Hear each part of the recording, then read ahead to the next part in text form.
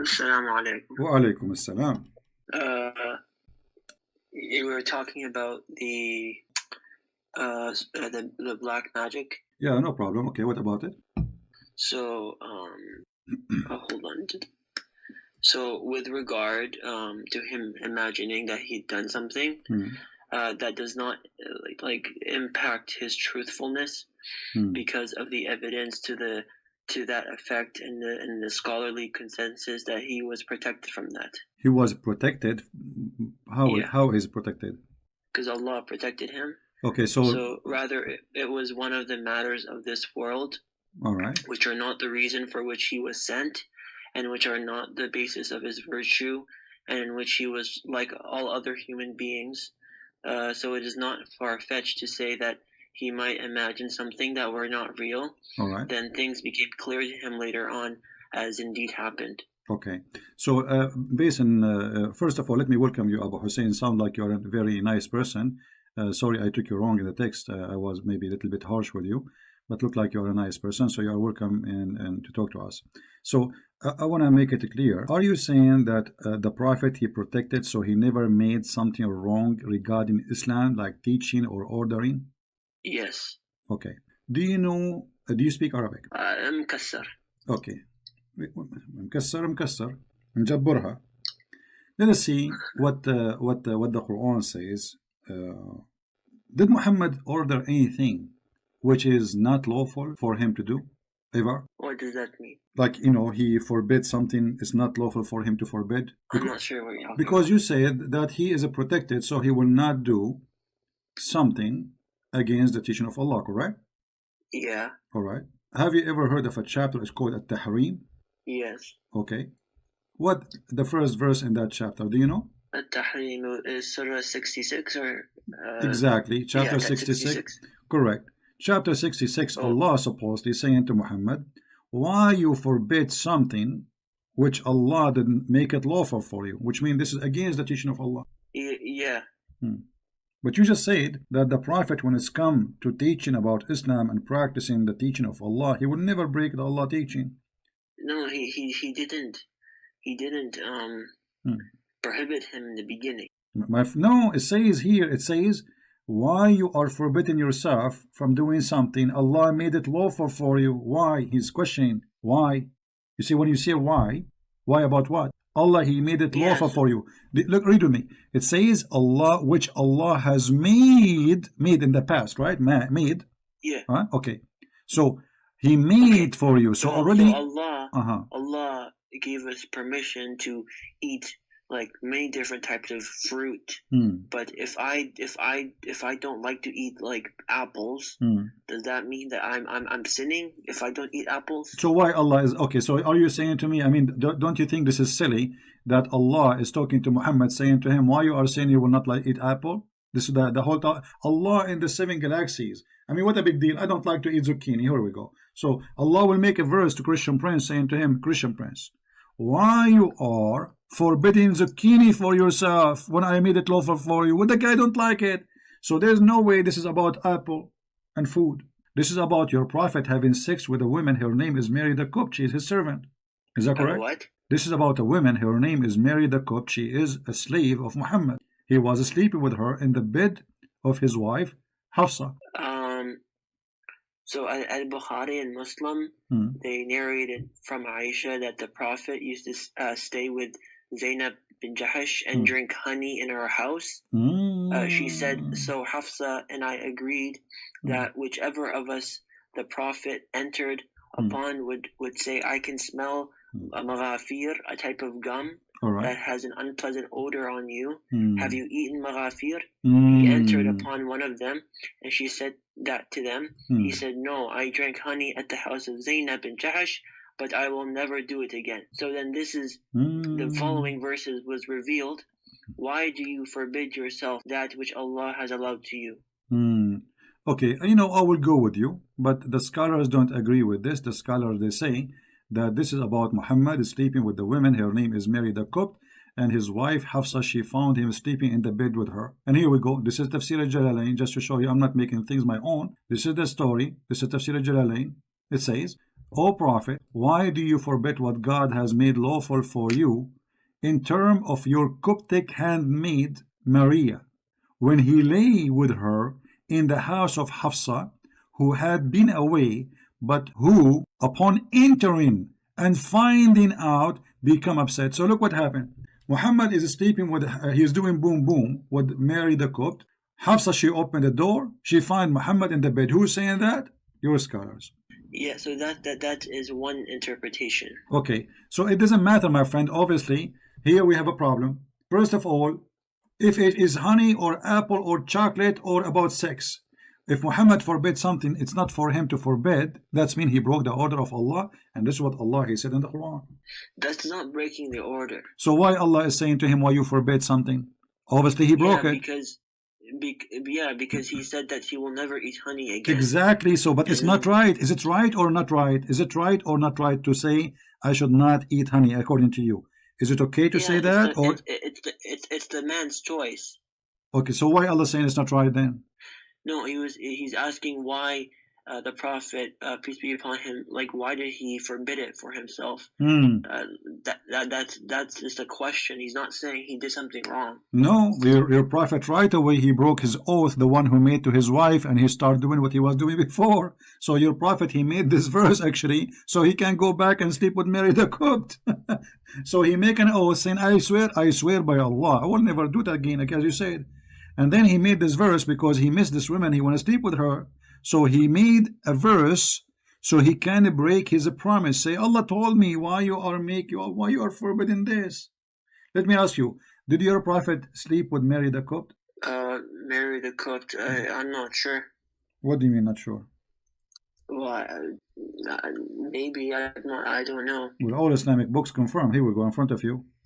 Not only that, he is sleeping with her in the bed of his wife, and she is a handmaid. He never married her. So here we need to ask ourselves, where Allah he made it lawful for Muhammad to sleep with his handmaid? Nowhere. Show me a verse in the Quran. It says to Muslims, you can sleep with your handmaid. Can you show me a verse? You can sleep with your handmaiden? Yeah, she is a handmaid. Yeah, in chapter 424. Chapter 424? No, this is about right hand process from the war. Yeah. Malakatul Yamin is from the war. Mary the Copt, she is a gift given to Muhammad from the king or the ruler of Egypt. So yeah, she is not. He married her. No, he never married her. No, he never married her. It's a big fat lie. No Muslim count Mary the Copt as one of his wives.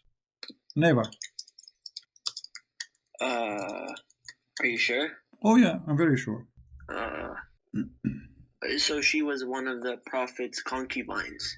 Okay, but who made her lawful for him to sleep with her?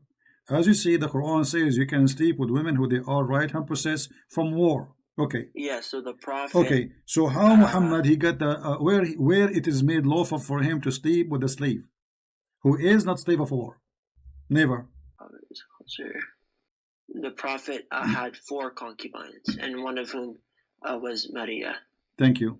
So she's his wife. So now, where in the Quran it says for him it's lawful for you to have sex with a slave? She is slave from, like, not from war. Nowhere. Yeah, that it says. Where? And prohibited to you all married women except those your right hands possess. Exactly. Right hand possess is slaves from war.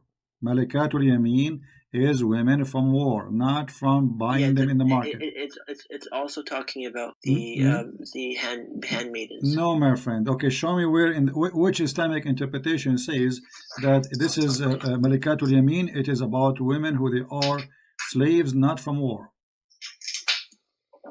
I just show that's what it means. Like, okay, I'm asking you who is the scholar he said that Malikatul Yamin is not about, the right hand possess is not about women who they are from war. Nowhere. And all Muslim scholars agree that Mary, she was just a slave, was given to him as a gift, so he have no right to sleep with her. She is not from war.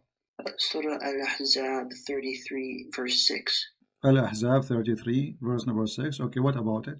The Prophet is closer to the believers than their own selves, and his wives are their believers' mothers.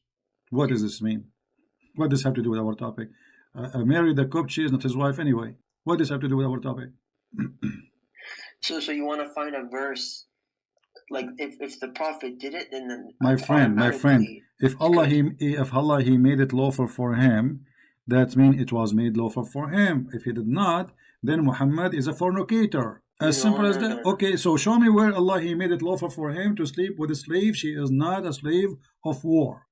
I just showed you. Where? If the Prophet did it, that means it's allowed. Oh, so the Prophet he do whatever he wants, but Allah is asking him why you do that. He's asking him why he did it. It doesn't mean that it's wrong. Okay, he's asking him why you forbid it. I made it lawful for you. But where he, because you see, he made it lawful for you. That's mean he said that to him before. I'm not going to question you about why you are forbidding something I made lawful for you unless I made it already lawful for you. So can you show me the verse where it says it's made lawful for him? Nowhere. And you know what? Let us not to argue too much about this one because you can stay there as much as you wish. You said that your prophet is protected when it's come to teaching. Did your prophet receive satanic verses? No. No. So the Quran is lying. Isn't it the Quran says that Allah will delete whatever shaitan he throw in the mouth of Muhammad? So even if, like, for argument's sake, this is true, the scholars they said that he understood it as meaning that the shaitan caused the kuffar to hear the words, not that he put them in the mouth of the Prophet. So they heard them from him. Not true. Here we go. This is chapter 22, verse number 52, and this is the website is open in front of your eyes. I will go there, and we will see, what the verse is saying. Chapter 22, Al-Hajj, verse number 52. Let us see what your Islamic scholar says. You see, Muslim scholars, they are trying to defend your prophet as much as they can, but obviously. Can you read the next verse? No problem. I will read the 10 verses after it. No problem. But let's see the meaning of this verse before we continue. And you see, I'm not making the me myself. I'm going to read for you what your scholar says. Okay. This is Tafsir al-Jalalain. Read with me carefully. It says here, but when he recited the scripture, Satan cast into his recitation. Yeah. Okay. So there's no sahih isnad from the Prophet, peace be upon him, concerning this report. My friend, the Quran is not sahih. The Quran confirmed. Hold on. The Quran confirmed that your prophet he received satanic verses. Allah will delete it. You see, it says. No. Okay. He tried. Okay. No. It says alqa shaytanu fi umniyatih. Alqa shaytanu fi where? He shaitan where alqa where umniyata who Muhammad, not the people. Okay. But read what it says. I'm reading. It says that Allah removes. Thank you very much. So you said to me that Allah protect Muhammad from shaitan. So he will not by removing. Okay, so it's too late. Look, after I got shot, you are protecting me now. This is not a bullet. What are you talking about? It doesn't matter. It's more than a bullet. He just worshipped shaitan. He just worshipped the three. He worshipped the three daughters of Allah. Read. This story is not sahih. Listen, Abu Hussein. Read. But that when he recited the scripture, shaitan cast into his recitation what is not from the Quran, but which those whom he the prophet and has been sent to find pleasing. The prophet had it during the assembly of men of Quraysh after reciting the following verse from Surah Al-Najm. Have you considered Al-Lat and Al-Uzza and Manat the third one? And then he said he added as a result. You can read Ibn Kathir's refutation of this in Tafsir of Surah Al-Hajj. Okay, I wanna take your promise. If we go to Ibn Kathir, you will accept whatever Ibn Kathir he say? Ibn Kathir refutes this. All right, let us go and see what Ibn Kathir says. Is it okay? Ibn Kathir in English is far away from Ibn Kathir in Arabic, so I'm going to open Ibn Kathir in Arabic. Is that okay? You speak Arabic, you should be broken, but it's okay. You understand, right? I understand very little bit. All right, very little. Okay, do you have somebody next to you speak Arabic? Because I can open right now Ibn Kathir, and you will see Ibn Kathir cannot refute that. You see, Ibn Kathir, first of all, he came more than 800 years after Muhammad, correct? How somebody came in 800 years after Muhammad refute what happened? I mean, this is silly. Yeah, so... It's like you now, it's like you saying, you came 1400 years after Muhammad and you refuted this. This is funny, this is silly. Okay, so you take the story from where? From Jalalain. Okay. The Jalalain came how many years after Okay. Muhammad? No, I'm not taking from the Jalalain. Al-Quran saying clearly Allah will take it off. Allah will take it off. So the Quran, he put it there. Where in the Quran? Allah will take it from where? From the Quran, correct? Astaghfirullah. Okay, astaghfirullah. Okay. Listen, my friend, Allah will take the satanic verses from where? From the Quran or from the earlier pages? I want an answer, please. When it says when Shaitan he throws into the mouth of the Prophet, Allah removes what Allah. Okay, he remove it from where? From where? From the recitation. Okay, what is recitation? Isn't the Quran is a recitation? Okay, yeah. Okay, thank you. So Allah remove from the recitation, which is the Quran, the satanic verses. So he is not protected because Shaitan already, it's already Shaitan. Okay, the verses, those verses coming from where? From Shaitan. So at that moment when your prophet was reciting, he was reciting what? The word of Shaitan. So Muhammad was a messenger of Shaitan. No, it does not say he recited it. He said. What do you mean? Hold on. Okay, hold on. It says. He did recite. Hold on. Listen. Okay. Read the one after it. لِيَجْعَلُ الشَّيْطَانَ مَا يُلْقِي الشَّيْطَانَ فِتْنَةً. So Allah, Shaitan, he will cause what he throw as a trial. Okay, he throw where? You agreed that this is in the tongue of the Prophet. Thank you very much. So Shaitan, he throw that to cause a problem. No problem. That's wonderful because he's Shaitan anyway. I mean, what do you expect Shaitan to say to do something good? No way. But what happened now, that your prophet, when he recited the words of Shaitan, he became a messenger of Shaitan. Okay, so it says that Allah make what Shaitan is thrown as trial for those whose hearts is a disease. Okay. So, as I said before, its meaning is that the Shaitan causes the kuffar to hear these words, not that he put them in the mouth of the Prophet, peace be upon him, so that they heard from him. My friend, but what happened, it's not the kuffar who got hurt, it was Muhammad. Because as you see, this has caused trouble to Muhammad. This is very funny explanation. Because the kuffar, anyway, they don't believe in Muhammad. They don't follow Muhammad. This is funny. The one who was hurt by this statement is Muhammad and Islam, not the kuffar. This is why they are laughing at him. And now me and you, we are talking about this because Muhammad is hurt by this, not the kuffar. This is funny argument. The one who, the Shaitan, he did not throw. He was not affected. The ears of the kuffar were affected. No, my friend. The hadith says that he, Muhammad, and the kuffar and the believer, they bow down together. Is that true or not? That he and who? The kuffar and the believers and Muhammad, they bow down together. Okay. So all of them, they worship what? The Lat al-Uzza. But because Muhammad saying Lat al-Uzza, how the Muslims, they bow down?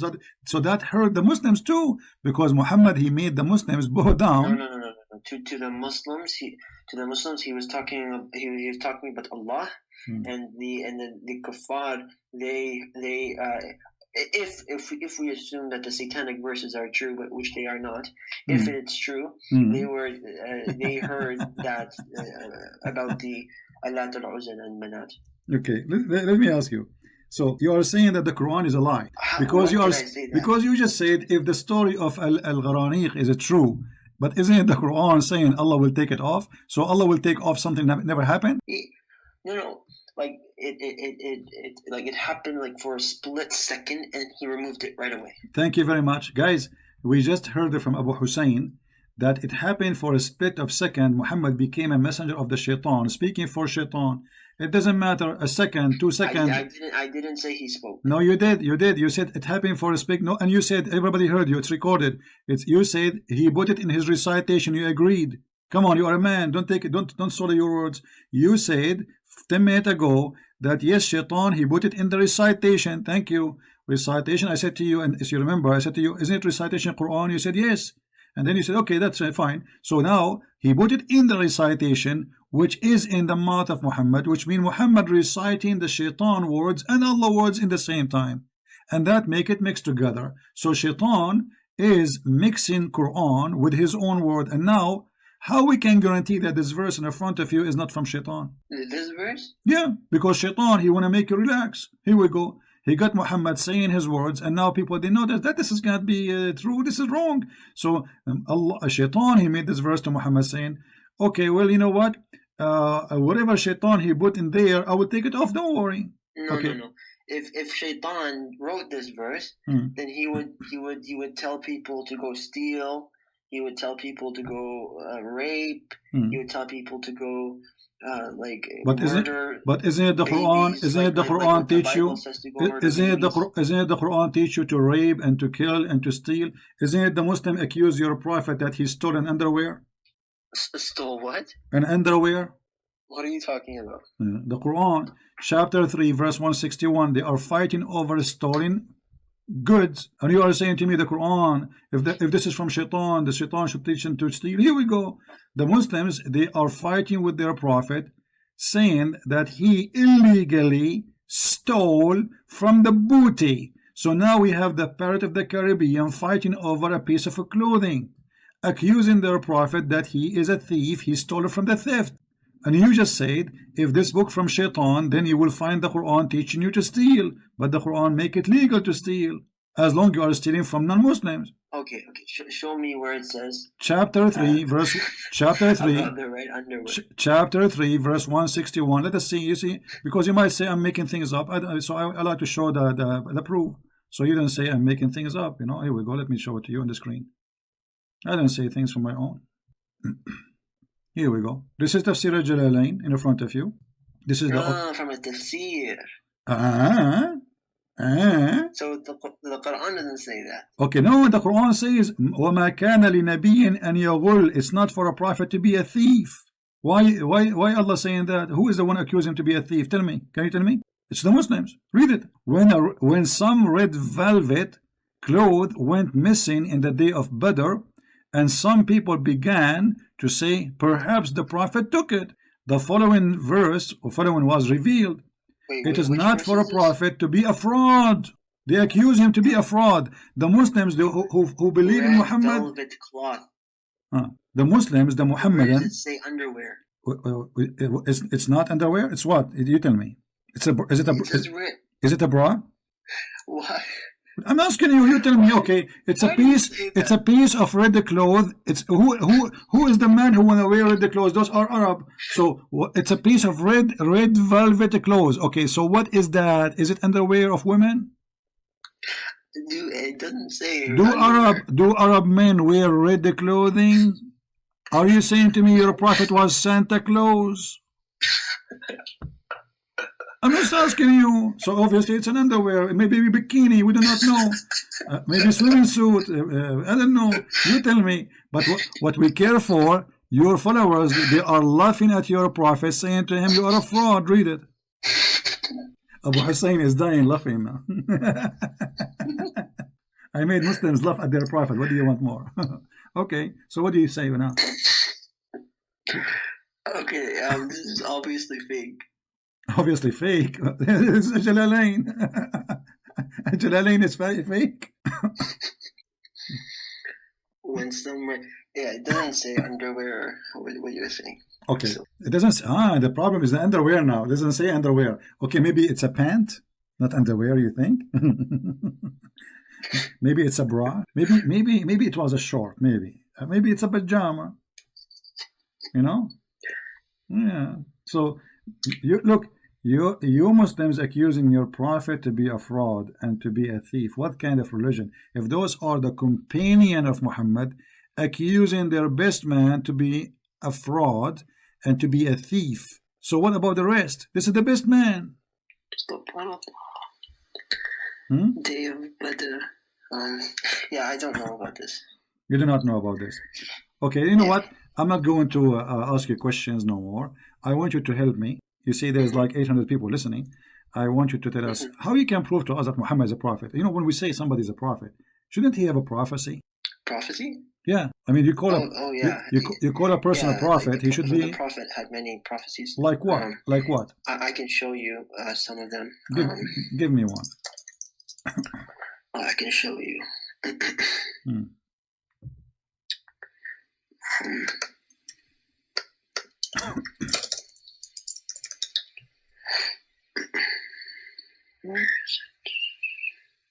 By the way, I mean, if the prophet was accused that he stole an underwear, shouldn't Allah tell us who took it? Well, I mean, what kind of a prophet? What kind of a prophet he cannot prophesy who is the one who took the underwear? Here we go. They are accusing him that he took a piece of a cloth. So shouldn't the prophet prophesy who took it? He go to home. He listened to Allah. Allah inspire him. He says to him, go to the house of a Christian prince. Open the closet. Go behind the closet and you will find a box. You open the box, inside the box there's a box. And then you open the box, inside the box there's another box. And then you open the box, inside the box, inside the box, inside the box. And then you will find the red underwear. And that will make Muhammad a prophet. But look, they accuse him to be a thief, he's stealing underwear. He could not prophesy who took it. Or what he came. It doesn't, like, you don't have to be that dishonest and say it's underwear. My friend, like it is a piece of a cloth. It is red. You tell me, why you Muslim? You don't tell us what it is then. Why you cannot be honest? Why you Muslim? Like No. Why you Muslims cannot be honest and tell us what it is? What does it say in Arabic? Qatifa. Okay. Piece of clothing. Okay. So why you don't tell us what it is? Why you don't tell us it's not tell us it's a pant, tell us it's a jacket? Why you don't say what it is? So all what we know like now. A scarf? Well, why not a scarf? Like, okay, well, at that time there is no underwear anyway. So obviously Aisha, she used to. You said a scarf, right? Everybody, did you hear it? He said a scarf. Thank you very much. That's an underwear. According to the hadith, Aisha, she said that the Prophet used to order me to put a sheet between my legs and he fondled me. That is their underwear. Okay. What are you talking about? Okay, man? hold on. Let me show you. Okay, brother, let me show you. Okay, here we go.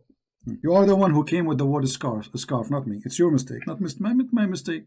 What are you talking about? You are talking to Christian Prince. Get ready. Here we go. Do you see it? I warp myself, and here in the translation they say izar. So when she is in her menstruation, look how nice your prophet, man, how decent he is. The woman, she is bleeding, and he is not caring, and he is ordering his wife to put a sheet around her private part so he can fondle her. Does it say that, or I'm making things out? Which one? And here it says agreed upon. In Arabic it says agreed upon. Do you see? So you cannot say it's not accepted. Sahih, Rawahu al-Bukhari, hadith number 300, and in Muslim, hadith number 293, and agreed upon. Muttafaqun alayh. Okay, so this is agreed upon, and the Prophet, he used to fondle his wife while she have menstruation by ordering her to put an izar, a sheet around a scarf around her private part. So why you are saying it's not under? That's very clean. That's a very clean way of doing it. It's a clean. The woman, she have menstruation. Yeah. How is that a clean? Explain to us. Actually, you know what, Abu Hussein, I'm very naive. You know, I'm single. I did not understand what's happening here. Can you explain to us what exactly your prophet did? What? Can you explain to us what your prophet did? Because I am single. I do not know what those things is. I do not know what menstruation mean. I don't know. So what your prophet was doing there, if you can explain to us. So this is just reporting what the prophet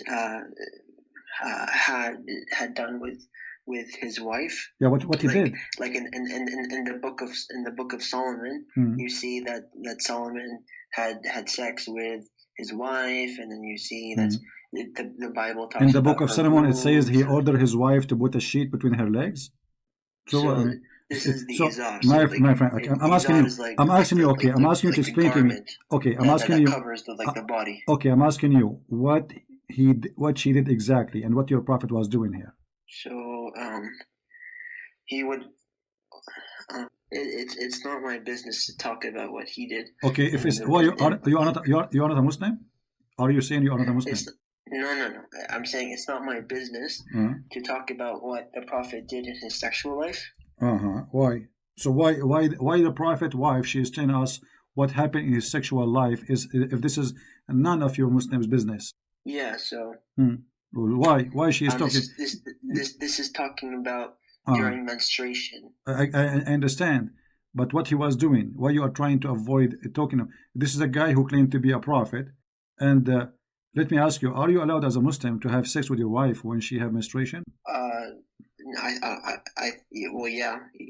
This hadith says yes, so yeah. Okay, but isn't it, this is according? You see, guys, did he say yeah? Yeah, okay. You said that the Prophet never broke the teaching of Allah. The Quran says, No. just you said yes, you said everybody heard you. Abu Hussein, I got busted, I got you busted. When I was menstruating, this is talking about, so when I was menstruating, and then he did this after she finished menstruating. No, she said, I am, here we go. Let's read the hadith again. This is I was menstruating, not after. Read it. And here we go in Arabic. وَأَنَا حَائِض. And I am ministrating, exactly as a translation. So please don't play games. And now because I said to you, the Quran say that you cannot do that, you are trying to swallow your words. Look what the Quran said. The Quran get your Prophet busted. He is hypocrite. The Quran says that when women they have menstruation, stay away from them. Chapter 22 verse chapter 2 verse 222 and chapter this verse is enough. Here we go. It says, therefore keep away from women during menses. Does it say that? Yeah, you can't have sexual intercourse. Okay. When, so your prophet what your prophet was doing? Okay. So what your prophet was fondling her when she is having her menstruation? The Quran says. Oh, there we go. It says fondle. It doesn't say sexual intercourse. So what fondle? Explain to me. I'm naive. What fondle mean?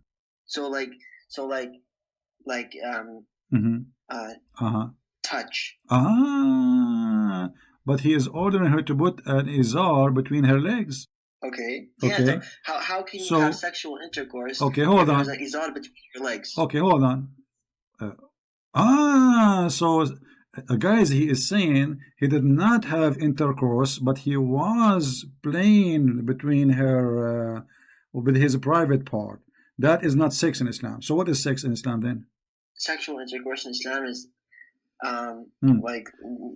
Okay, but I don't have to. Okay, look what the Quran says. Look what the Quran says. It says, so keep away from them. Keep away.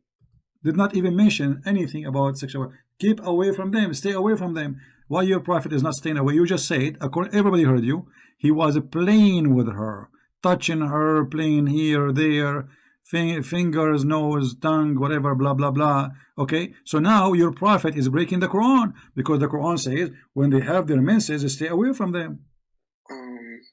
Yeah, so when it says keep away from them, it means don't have sex with them.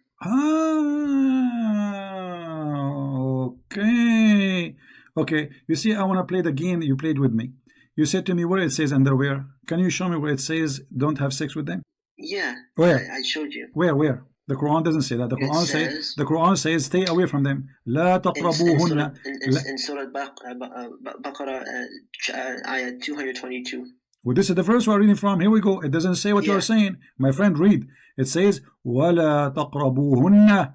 Don't get close to them. Don't get close. Nowhere it says sex. Don't get close to them. Simple. Say that an adha, a harmful thing for a husband to have a sexual intercourse with his wife while she is having her menses. Therefore, keep away from women during menses. My friend, nowhere in the verse it says sexual intercourse, not even once. And I challenge you. Here we go. I have the verse in front of you in Arabic. Can you show me which word is the word sexual intercourse? Nowhere. Well, the Torah says that. No, don't. You see, Muhammad is trying to copy the Jews, right? So I'm asking you now. Where in the verse says don't have sexual intercourse? Yeah, so when it says keep away, it means you can't have sex with them. Okay, you cannot get close to them too. It says وَلَا تَقْرَبُوهُنْ. Don't get close to them. Let me ask you, did your prophet say that women and shit, excuse my language, are the one who break your preparation for a prayer? Women and what? Women and shit. And women and shit? Yeah. So how this woman, she have menstruation and your prophet touching her and now he is going to pray and she have menstruation. If the Quran said that women and poop, both they break your preparation for a prayer, your prayer will not be accepted. So it doesn't say that the prophet had sexual intercourse with her. it said that he just touched her. And then in this verse, when it says keep away from them, it means don't have sex with them. Okay, so anything you have to do with sex, you don't have sex with them. So you just said your prophet was playing with her. Isn't it? Okay, isn't it fandalin? You see, in Arabic it says yubashir. Yubashir is you starting sex. This is what yubashir means. You want me to show you the proof? I just can type the word yubashir in hadith and you will see it all over. It is a starting sex, whatever it is. Now read here with me. In chapter 5, verse number 6, it says that if you are in, like, you know, when you are a Muslim, you want to pray, all right? You have to wash, etc., blah, blah, blah, blah, okay? And then it says, and if one of them is sick or he was in trouble in a journey, and any of you comes from doing poo-poo or touch women. Does it say that? What ayah? Chapter 5, verse 6.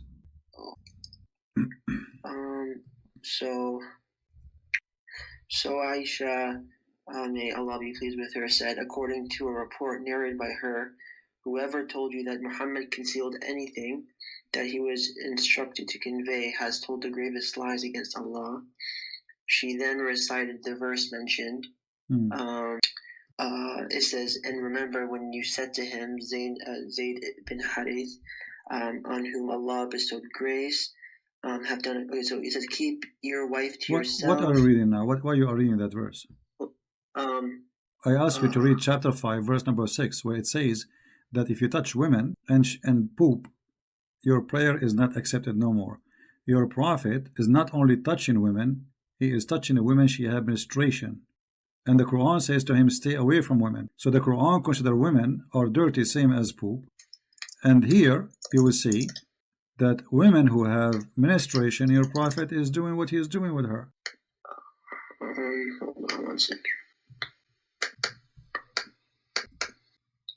Yeah, okay. So it says right here that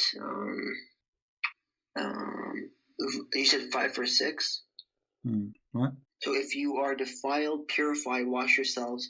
But if you are sick with an illness, made worse by water, or on a journey traveling, or if any of you comes from the privy, that is, if he has defecated, or if you have touched a woman, as mentioned already in the verse Surah An-Nisa.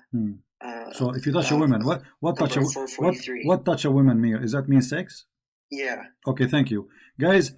You just said to me in the hadith that the prophet was touching her. And you confirm that the word touch means sex. No. In this verse it says like if you can't have sex. Hold on, the word here I just asked you. The word there in the Quran appear is touched. Doesn't say the word sex. I asked you, does it mean that when the Quran says the word touch them means sex? You said yes. Well, this is what the hadith is saying according to you. You said he was touching her. So touch means sex? He did not have sexual intercourse. But you just said that touch means sex, and here the word is touch too. Can you explain what this is talking about? It says, my friend, you cannot explain. You are in trouble. Okay, you know what? Forget about all of this. Abu Hassan, everybody. State of ritual impurity. Wash your faces and hands up to the elbows. That is including them, the elbows, as clarified in the Sunnah, and wipe your heads. Okay, why you wash your hand to the elbow? So this is talking about the prayer. So how do you know that the prophet so he had to perform wudu before he did the prayer? Okay, let me ask you. When was your prophet a clean person? Yeah. Okay, do you think a clean person he will cleanliness? Do you think a clean standard? Okay, we will see that. Okay, guys, the prophet he have high standard of cleanliness. Okay, let me so do you think a clean person he will do any kind of sexual activities with a woman she have her menstruation? Is that a cleaning for you? I mean, the woman she hate herself now, she have her menstruation. And the top of that, now she have to satisfy a guy who is horny. Is that how a clean man he act? Okay, so there's nothing wrong. It's actually like he didn't have sexual intercourse with her, as I said. He just touched her. Abu Hussein, you know, I'm scratching my head now. Actually, I have some lice. Do you think if I have a lice, that's make me dirty? If I have a lice? You have lice on your head? Not many, it's few. Maybe because you keep sitting behind the screen and you don't show your face. So what do you think? Does that make me dirty if I have lice? Ask yourself that. No, I'm asking you. I mean, is lice because somebody he's taking a shower, or because he's filthy, or he's dirty, or clean? What do you think? Be honest. It's okay. You can hurt my feeling. No problem. I have a glue. I will fix it. It's probably going to be a trap. It's what? It's probably a trap. You're trapping. It's a trap. It's a trap. Yeah, there's an article written by Muslims about debating Christian prince. And the article, they say, if a Christian prince said something good about the Prophet, don't say yes because it's a trap. If he says something bad, don't say no because it's a trap. So it doesn't matter what I say, he will say it's trap. So what is the point of the conversation? You have to tell me, I have some lice in my head. Do you think I am dirty? If you have lice, yeah, sure, you're dirty. Thank you very much. So if I show you now that you're a prophet, he have a lot of lice in his head, what you would do? Well, like if they live in the desert, then that's very common because like they're outside and but if you have lice and you're in your house, that would mean that you're extra dirty. Well, you just say that the one who have lice obviously is dirty. So at that time, it doesn't matter what he is. This time, he is dirty still. Thank you very much. So you're a prophet here. Here we go. He go and sit in the lap of a woman, and she is taking lice from his hair. And this is a Sahih hadith. Are you allowed as a Muslim to take shower in dirty water, Abu Hussein? In dirty water? Yeah. No. What about ablution for a prayer? Yeah, no, it has to be clean water. So, but if there's no other you cannot. water, okay, what?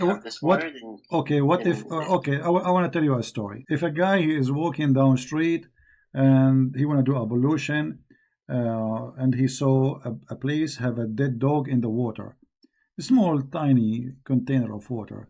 There's dead dog. There's women blood from period. There's garbage, and he did ablution. Is his prayer is accepted?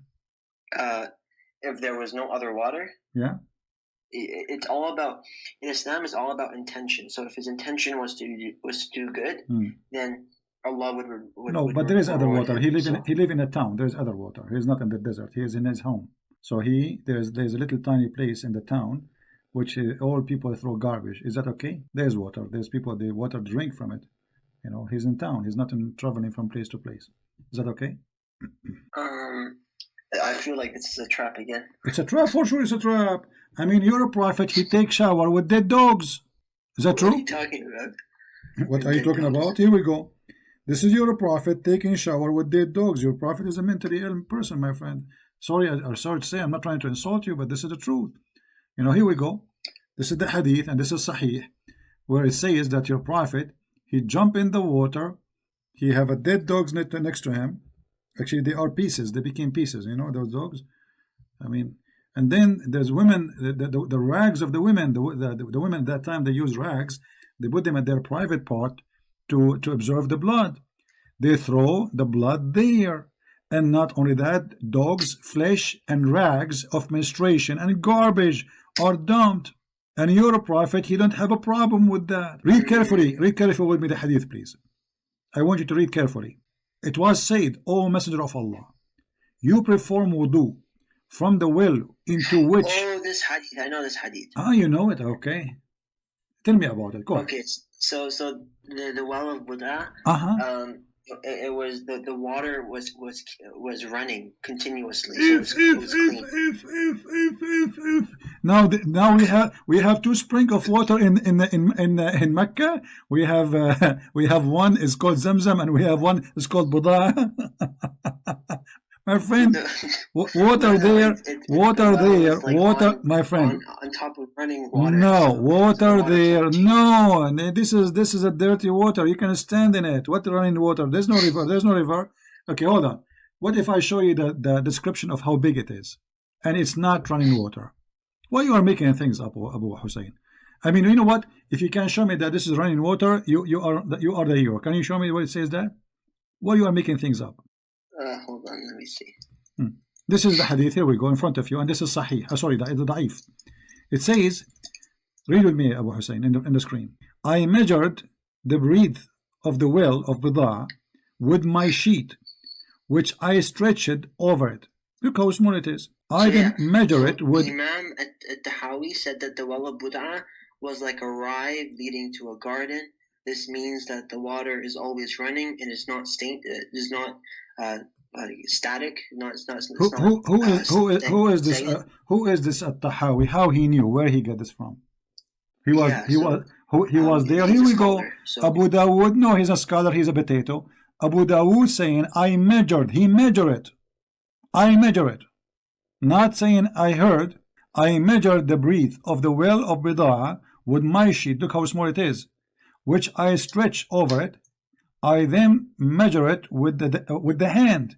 It measured 6 cubits in breadth, and I then asked the man who opened the door of the garden for me and admitted me to it, has the condition that will change from what it had originally to be in the past. He said, no, I saw the color of the water in this well had it changed.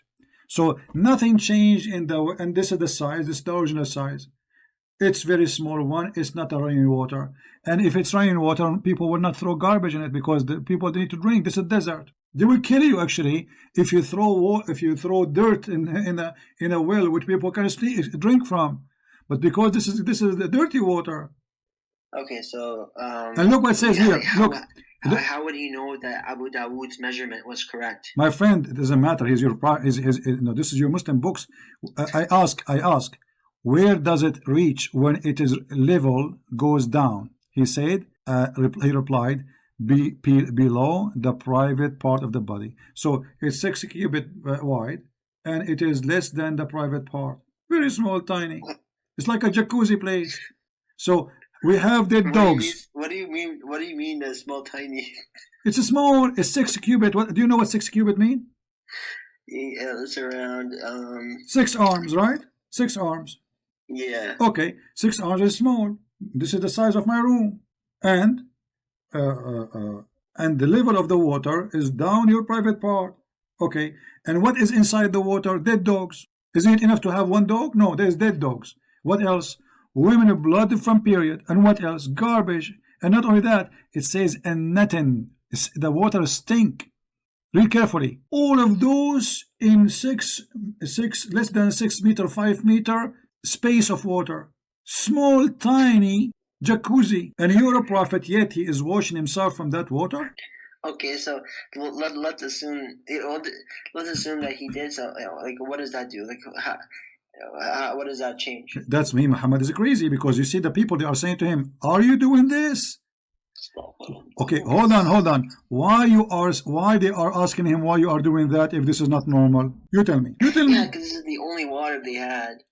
He is in the city, my friend. He is a city. People walking by. If this is the only water they have, that will be stupid even to wash from. Because this is dirty, will make you sick. There's corona. Did you hear about corona? So, yeah, if you're, are you saying to me, Abu Hussein, if you want to do, okay, are you saying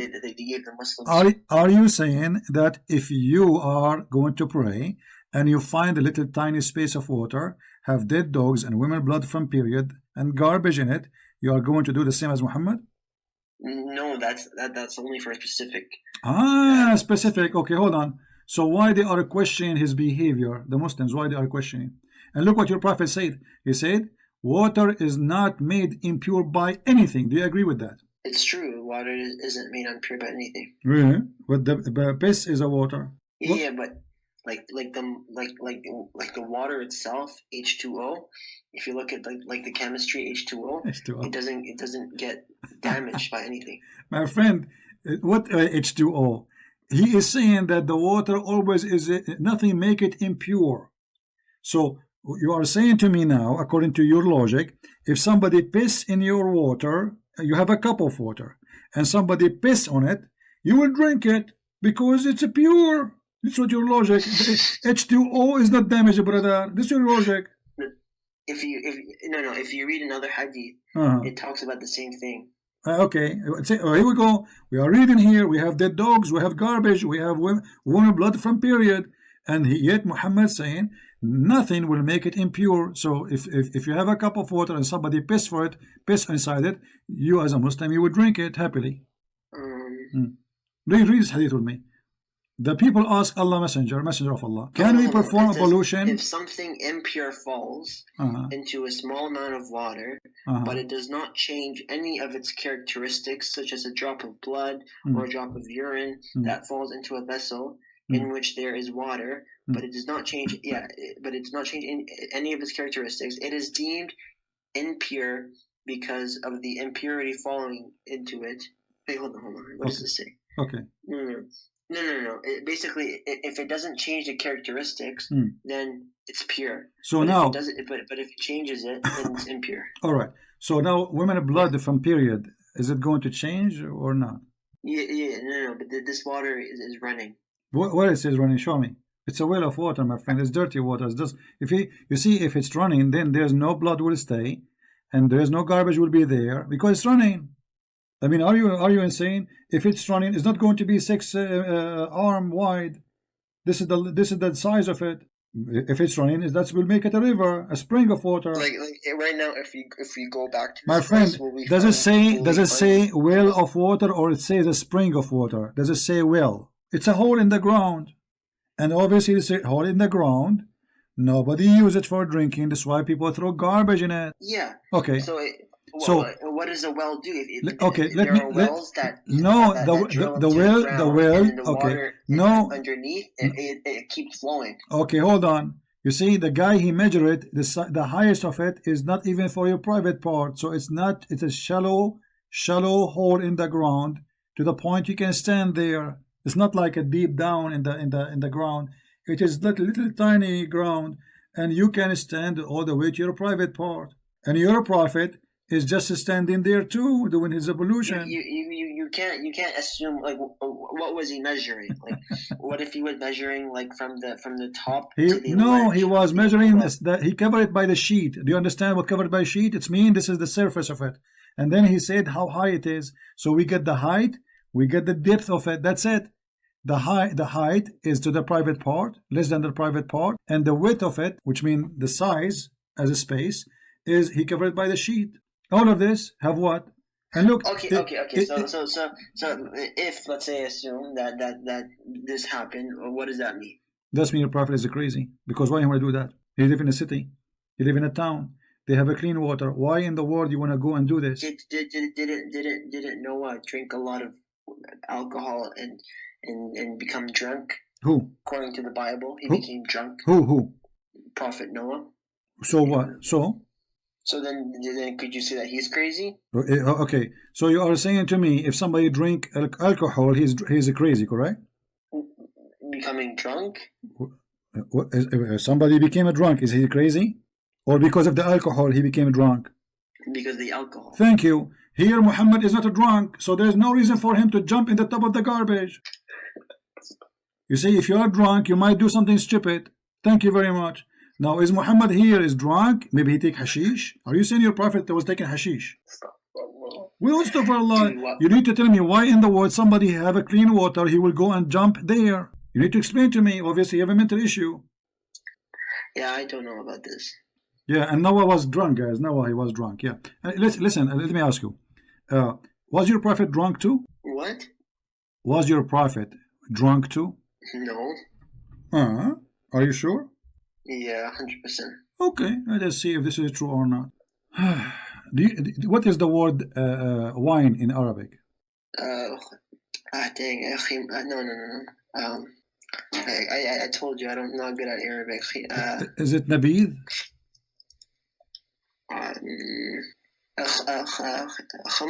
Khamar. Okay, khamar. And is it? What about nabid? I don't know that word. Okay. Well, anyway, nabid. You can go search it in Google. They were making nabid for your prophet, and he drank from it every day. And not only that, all the Muslims were drunk people. Isn't it the Quran says, "Oh, who you believer, don't get close to the prayer when you are drunk"? Yes or no? It doesn't say that he was drunk. Okay, who was drunk? The people, like the. Okay, what kind of the Muslims? Okay, what kind of Muslims they go to the mosque and they are drunk? And what kind of a prophet? So this was before the prohibition. Okay, when this came to be forbidden, is it at the end of Islam? So why Muhammad did not forbid from the beginning? Yeah, so Allah revealed the Quran in the period of 23 years. When Muhammad he got sick, he cannot drink no more. Then he forbid the wine because he cannot drink it no more. Did your prophet used to throw up anything he ate because he was dying from poison? Was he throwing up? Yeah, because he had pain. He ate poison, and that caused him to die slowly.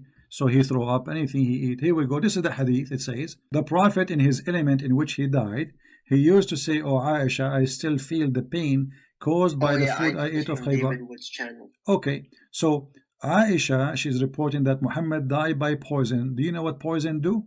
Damage his organs. Obviously, this guy is dying slowly. He took the poison 3 years ago, yet he is still suffering and dying slowly. And this is telling us that how much Muhammad is suffering. And look what he says, I still feel as the food I ate. So he used to say, this is something always he say, he's in pain. Never stop the pain. Where is the pain? He ate. The food went where? The first place it goes in his stomach. Do you agree? Okay, so his stomach is damaged, obviously. He's not observing food normally, and he's dying slowly. So your prophet, he did not forbid drinking wine as long he can drink, but now he's dying, he can't drink it no more. Otherwise, why he not? No. Okay. Let me ask you. Your prophet, when he forbid people to go around the Kaaba naked. What? When he forbid the people to go around the Kaaba naked. Oh, I actually remember I was watching your show, and you were talking about that. Why he did not forbid this right away after he took over Mecca? Why he waited until he's almost dying to forbid it? He was watching, enjoying the show. So I am a prophet. I took over the town, and now I am the only one who controlled the town. Why he did not forbid male and female from going naked around the Kaaba? And what exactly the religion they were practicing there? So I think they were. I will tell you what they are doing. I think they were playing hide and seek, maybe. What is the religion? What kind of religion is the religion? Around the Kaaba is a practice where women and men they go naked. Do you know? I think that was the pagan people. Exactly. So how Muhammad, he is a prophet of Allah. He forbid wine, but he don't forbid people to go naked around the Kaaba. No, he did forbid it. Where? No. He. Okay, this is a challenge between me and you. We have a verse in the Quran about wine. We have a verse in the Quran about hijab. Can you show me a verse in the Quran about not to go naked around the Kaaba? By the way, I wish to go there, by the way. I don't know if this is still happening, because I would like to buy a ticket and go. I'm still single, you know? Yeah, so it says, Abu Bakr sent me along with other announcers to Minna to make it a public announcement. No pagan is allowed to perform Hajj after this year, and no naked person is allowed to perform the Tawaf around the Kaaba. This is from Sahih al-Bukhari 369. Thank you very much. So this is where at the end of Islam. This is at the end. Where was Allah all those years? Why Allah? Why Muhammad, when he was in Mecca, he did not come with the verse says, don't walk around the Kaaba naked, shame on you. Allah did not see them, he was blind.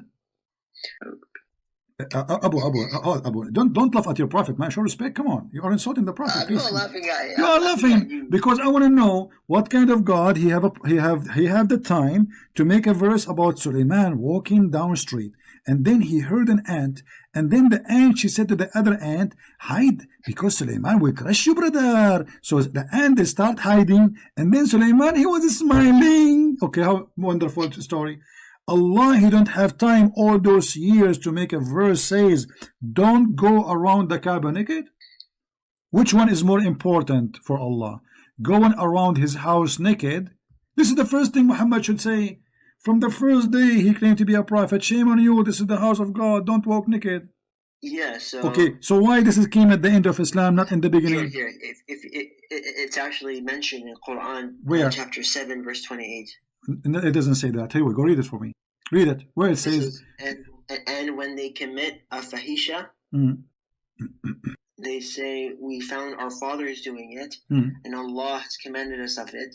Say, nay, Allah never commands of fahisha. Do you say of Allah what you know not? Okay. Where it says, don't go around the Kaaba naked. This is the meaning. My friend, you are making things up, your own stories. Where is the meaning? Where is the verse that says don't go around the Kaaba? I want to see it. Fahisha can be anything. Fahisha, you know what? I'm going to go with you and I'm going to check what this is fahisha here mean. Here we go. This is Ibn Kathir, Al-Qurtubi, Al-Tabari, Al-Jalalain, all of them, right? Okay. Here it says that those people, the women and the men, they used to go around the Kaaba naked. All right. So where Allah He says don't go around the Kaaba, this is interpretation of your Muslims. Nowhere in the Quran it says that. And Allah did not say don't do that. Yeah, this is the verse 728. No, the verse you are saying to them, it says they are saying we learned that from our father. Okay, where in the verse it says don't go naked around the Kaaba? Can you show me the verse where it says that? Okay, when they commit fahisha, my friend. Say, okay. You know what? I am going to say. What we found our father is doing what? Okay, let me ask you. Fahisha, anything is fahisha. Fahisha, worshipping idols is fahisha. Adultery is fahisha. You know. Yeah. So all of that. Okay. So where is the verse says don't go around the Kaaba naked? Nowhere. This is the verse. No, this is you are coming in the interpretation saying to me this is about don't go around the Kaaba. Okay, you know what? I want to go with you. This is a chapter 7. When chapter 7 was given to Muhammad. Let me see. Chapter 7 was revealed in Mecca. In Mecca. Okay. What number is number chapter 7? The original number. Do you know? Sorry, what? What is the original number of? Hold on. Chapter 7. One second. Yeah, it's Meccan. Yeah, except for 163 to 170 is from Medina. Okay. So what is the number of number 7? Al-A'raf? No, I'm saying to you, this chapter, the one you are saying, Al-A'raf, yeah, it is, what is the official number, not the Quran today you have. What is the official number? Yeah, Muhammad, he received Quran. There's according to Revelation and there's according to the book of Uthman, correct? Yeah. So, Al-A'raf, according to the Revelation, when Muhammad, he received it. You tell me. No, I cannot tell you because this is secret. Yeah, I cannot tell you. Why is it secret? You have to work for it. You need to help me here because I want to know how this is in the world happen. If Al-A'raf was given to Muhammad in a certain time, right? Why Al-A'raf is not in the right location? Do you know? What do you mean by location? Okay, I'm not sure what you're talking this is here chapter 7. Is it this is where Muhammad received it? It was number 7? Or this is wrong? Oh, no. Okay. No. Okay. So is this verse here is coming really part of the Al-A'raf? The Surah Al-A'raf, it was given yeah, it was number 39. Okay. So is that verse part of really number 39 or part of number 7? You know, I don't know the answer to that. Okay, so who is the one who changed the location of this verse? And why this verse is coming in the wrong place? Because you mentioned to me that there's a hadith that the Prophet he sent to announce that nobody go around the Kaaba naked. Is that correct? Yeah. When this happened exactly? You know, I think it's better if you talk to a scholar about this. All right. Okay. I don't have that much knowledge about this. Okay, no problem. We'll skip the topic. We'll go back to zero. I ask you about. Give me a prophecy of your prophet. I cannot wait. Even the cat here is surprised. Oh yeah. There are a lot. And the first one is in the Bible in Deuteronomy 18:18. It talks about Muhammad. If Muhammad in the Bible. Yeah. Okay, tell me what it says there. Why are you laughing? Okay, in the book of what? And in Deuteronomy 18:18. Okay, what it says, brother? Go. Your laugh is very funny. Okay, what you can do? I mean, I have to laugh. What it says there? What? Tell me what it says. I will raise up for them a prophet like you from among their brothers. From among their brothers, the Arab. I will put my The words Arab in are his the mouth, brothers. The Arab are the and he will tell okay. them Hold everything on. I commanded him. The Arab are the brothers of the Jews. Yeah. How that happened? They have one father. Yeah, they were brothers. Who is their father? Who is their Yeah, father? Who is the the father of the brothers of the Jews? Jews. Who is the father of the Jews? Abraham. No.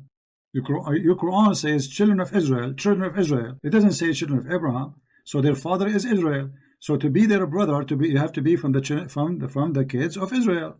Yeah. So okay. So what it says there, from your brother. Okay, continue. This is the number one mistake. Okay, continue. What is it? What else? Yeah, this is it. What is it? That's it?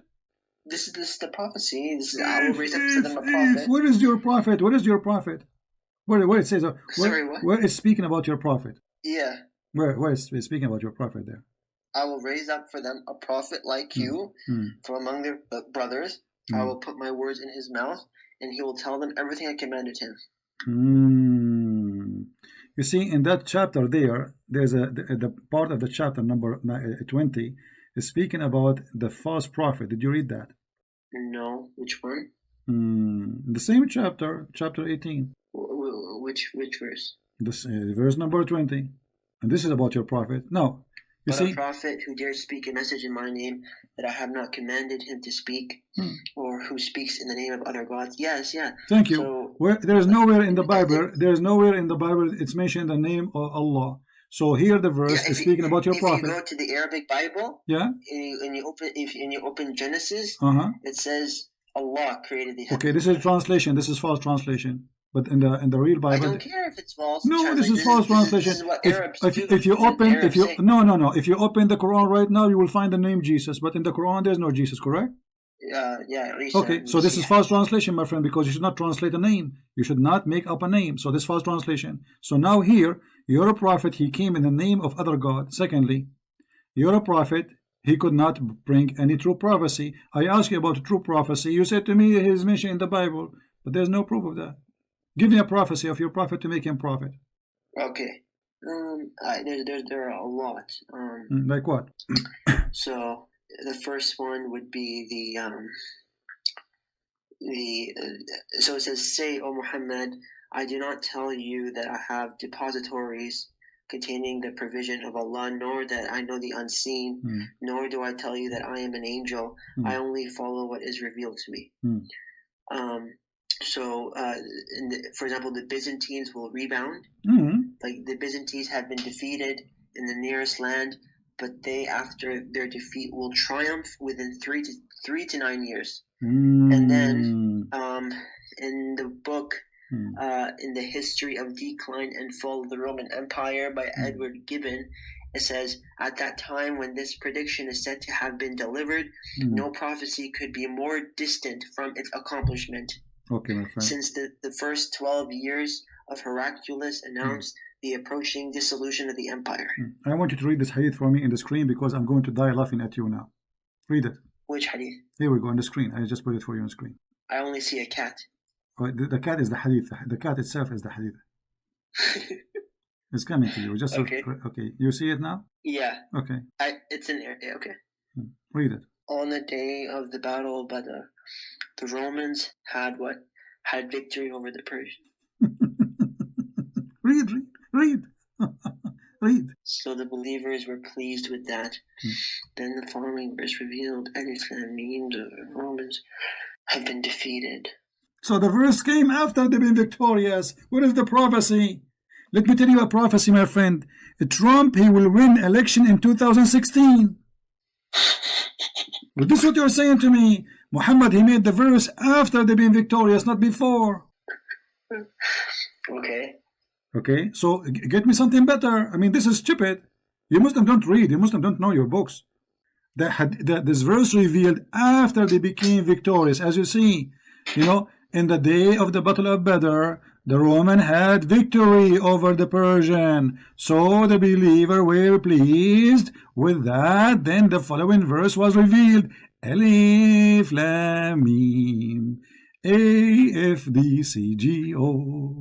The Roman being defeated and a few years victorious. I mean, this is stupid. Secondly, why Muhammad is pleased that the Roman is victorious, brother? I thought the Roman are kuffar. At that moment, Muhammad, he was trying to make himself look like a Christian, so he was proud about the Roman. Those are my people. Later, he want to kill them because he's a hypocrite. Give me. So the first one did not work. The first one, it was a fraud. The second one, give me another. It says, may the hands of Abu Lahab be ruined, and ruined is he. His wealth will not avail him, or that which he gained he will burn in a fire of blazing flame. Okay. So it is astonishing that for the next 9 years of Abu Lahab's life, despite hearing these verses being recited, his pride still kept him from potential golden opportunity to discredit the Quran. And so had Abu Lahab simply professed faith, even disingenuously, that could have brought into serious question the truth of this revelation. Okay. So of course he who revealed this knew Abu Lahab would never do so. Okay, so you are saying to me that if Abu Lahab later became a Muslim, that means Muhammad is a fraud, correct? If he later became Muslim? Yeah, because this is about Abu Lahab. Allah is saying, Allah, Yeah. Okay, so guys, be my witness. If Abu Lahab became a Muslim later, that means Muhammad is a fraud. But all the Quran was made for those who don't believe in Muhammad, including Khalid ibn Walid was fighting him. Look what it says.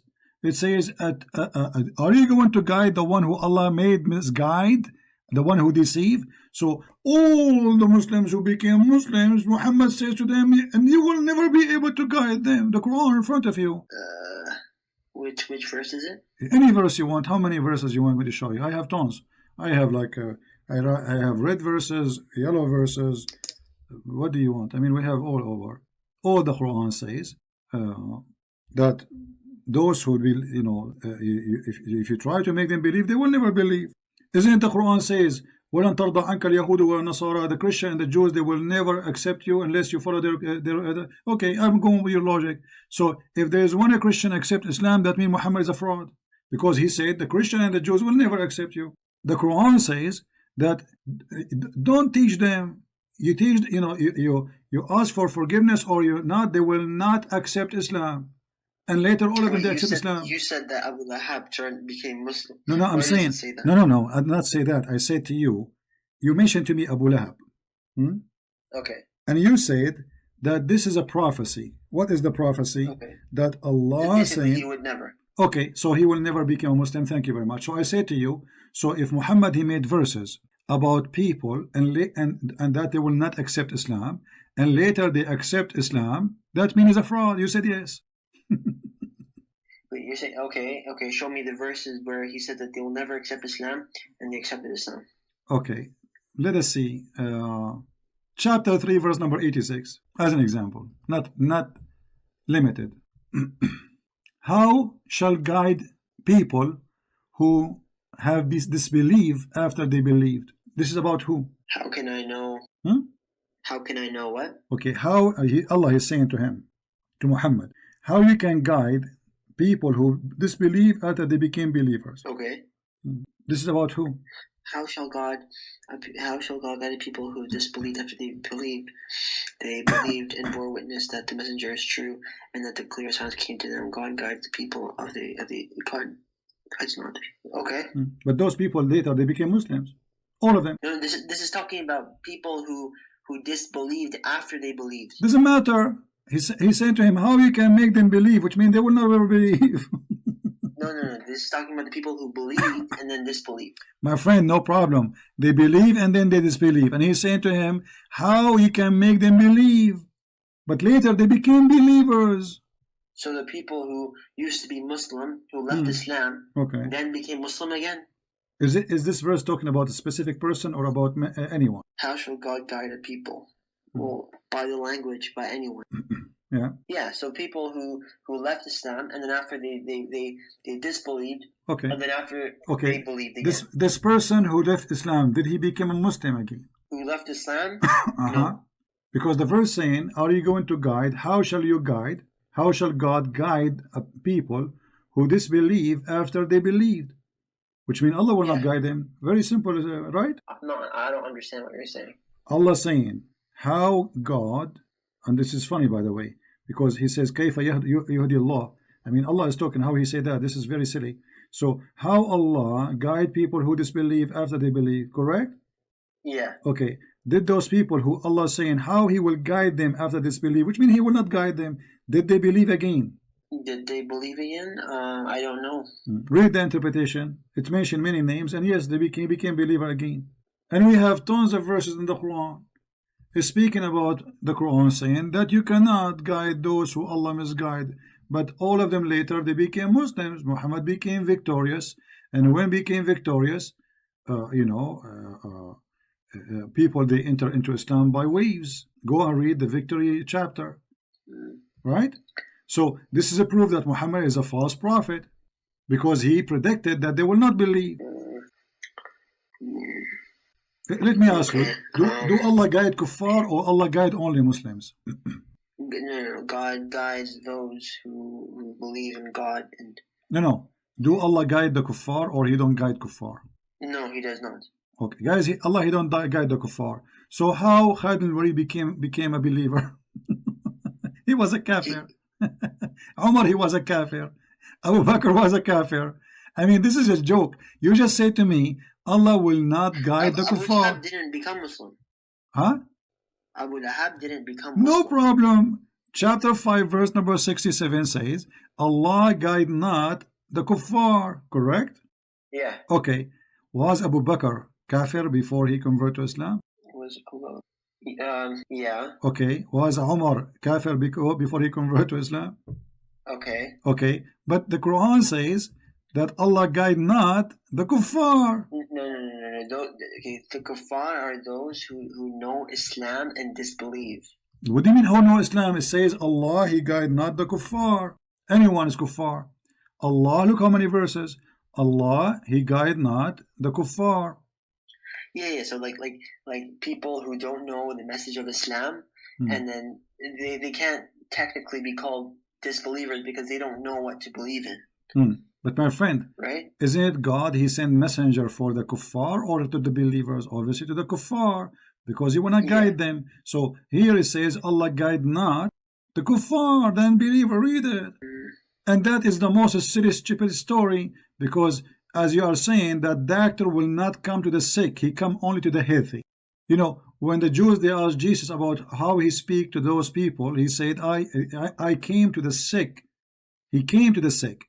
So when your God will not, when your God He says that He will not guide the disbelievers, isn't the Quran says that the disbelievers have sickness in their heart? So they are sick. Okay. So didn't He help the sick one and guide them? I mean, who is the one who need guidance? The one is guided already, or the one is not guided? You see, until now you fail to give me any prophecy. You know, I want to help you. According to your prophet, how the baby is made?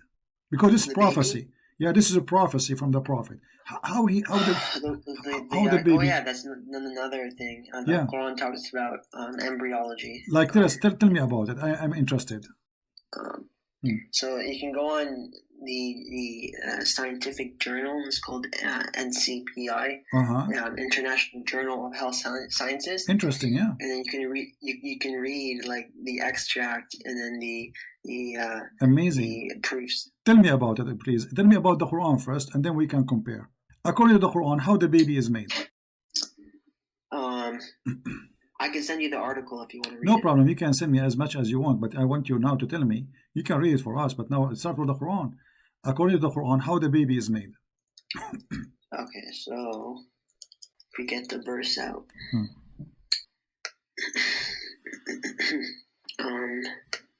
Right here. Okay, it says, we created a man from an extract of clay. Then we made him a drop in a place of settlement, firmly fixed. This is like when the semen and egg get put together, they get fixed. And then after we made him into a drop of alaqa, like a leech, like it looks like a leech. This is what, like if you look at early embryology, the zygote actually looks like a leech. And then we made the alaqa into like a chewed substance. And this is actually everything about this is correct according to science. Okay, let me ask you. So what is the alaqa exactly? It's like a suspended thing, or like a leech, or like a blood clot. In which language that's suspended? Where are you coming with this from? Alaqa in the Arabic language. This is Arabic. My friend, no. Alaqa in the Arabic language is a dead blood. Read the screen. This is chapter 23, verse number 14. Then we made the sperm into a clot of a congealed blood. What congealed blood mean? Congealed blood. Yeah, so like a clot of like a clot, okay. Blood clot. Does it say like, or it says we made it a clot? Does it say like a clot, or it says we made it a clot?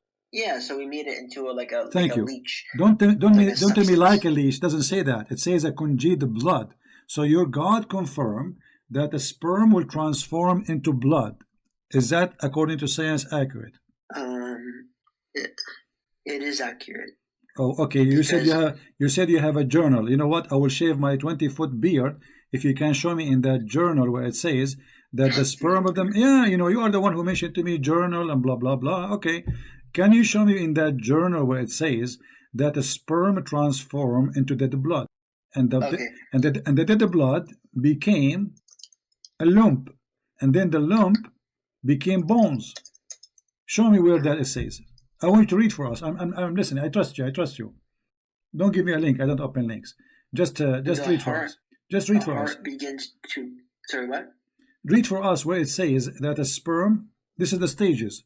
We have a sperm. We made the sperm into, which means the transform is what? Yeah. Okay. Yeah. Where in the journal it says that the sperm became a clot of a blood. Yeah. So this, like the meaning, what you're saying is a blood clot. We find that the external appearance of the embryo and its sacs during the alaqa stage is similar to that of a blood clot. My friend, hold on.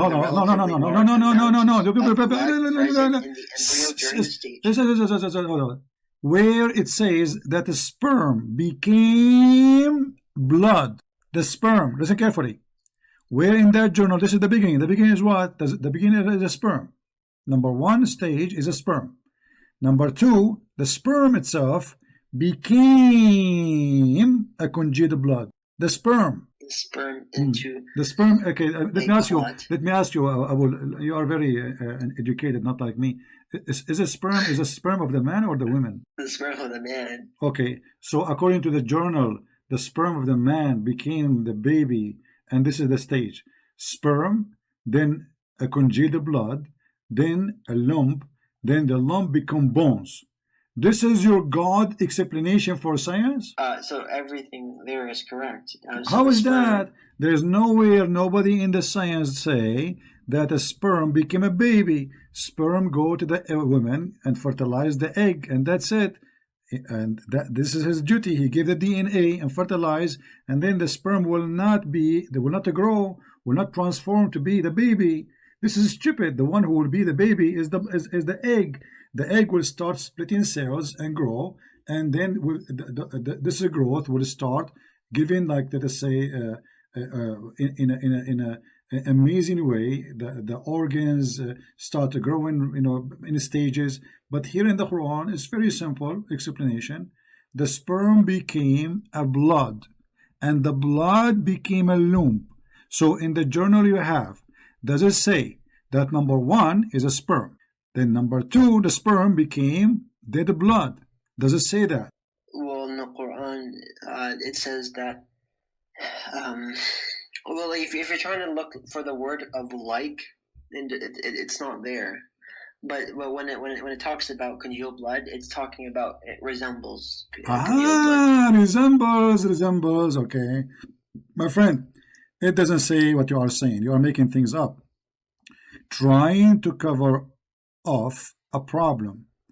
The sperm became a blood. Okay, you know what? What do you think? Who understands the Quran better, you or your prophet? The prophet. Are you sure the prophet? I think the Quran. I think you understand better, man.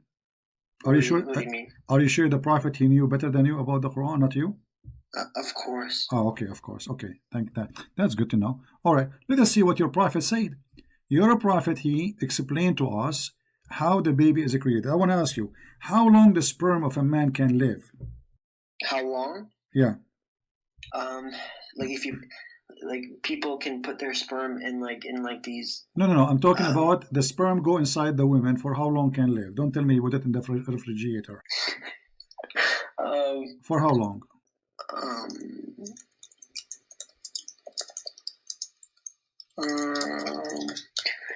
So it says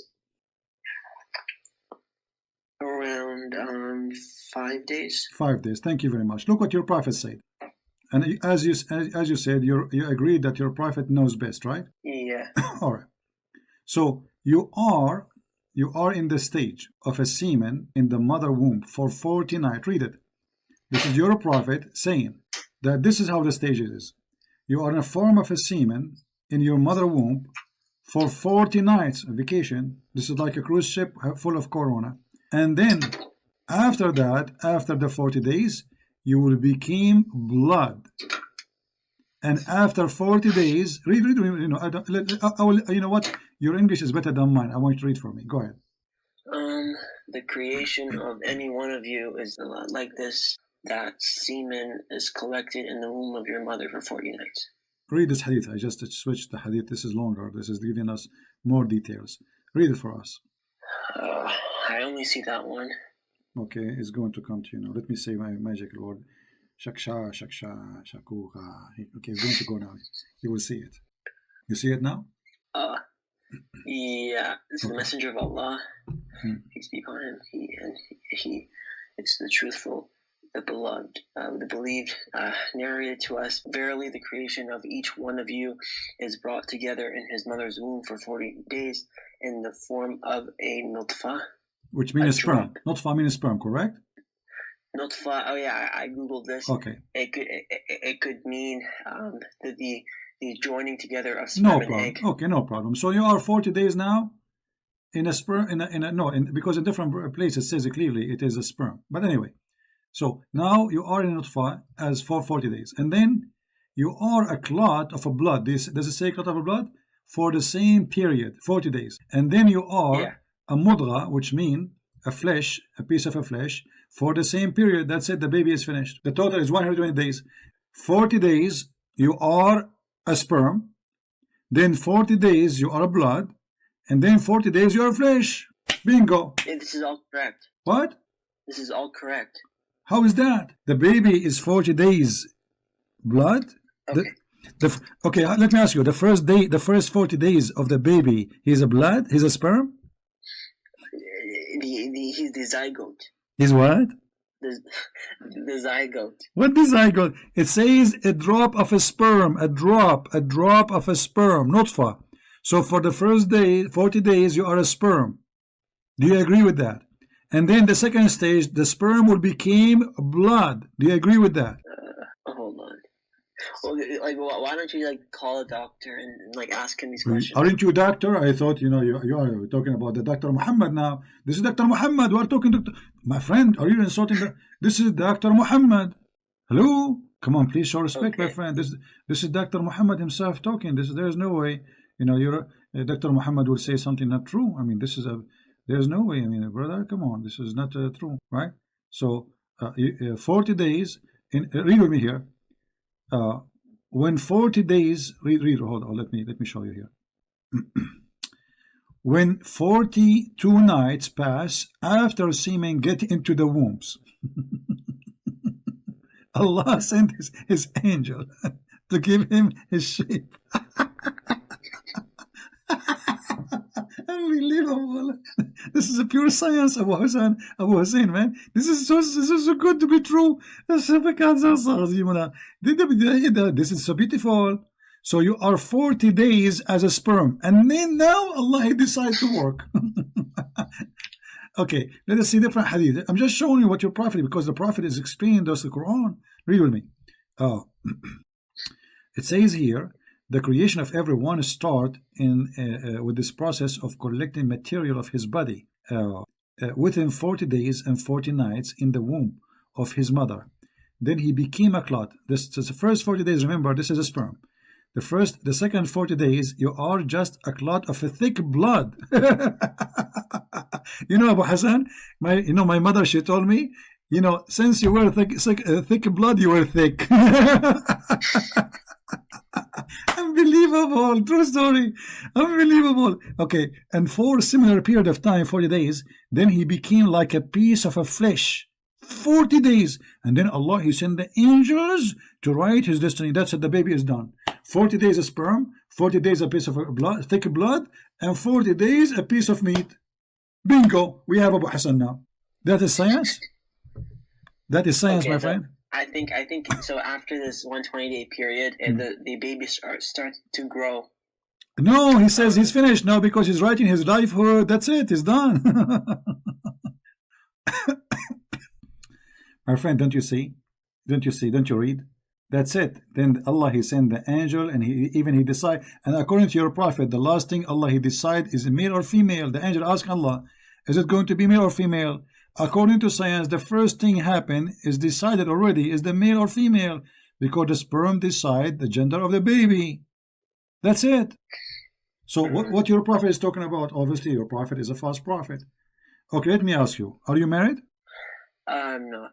Don't get married, man. Women these days are scared. Yeah. Because, you know, I heard that women, they have, I don't know what to say to you, they have testicles in their chest. What do you mean?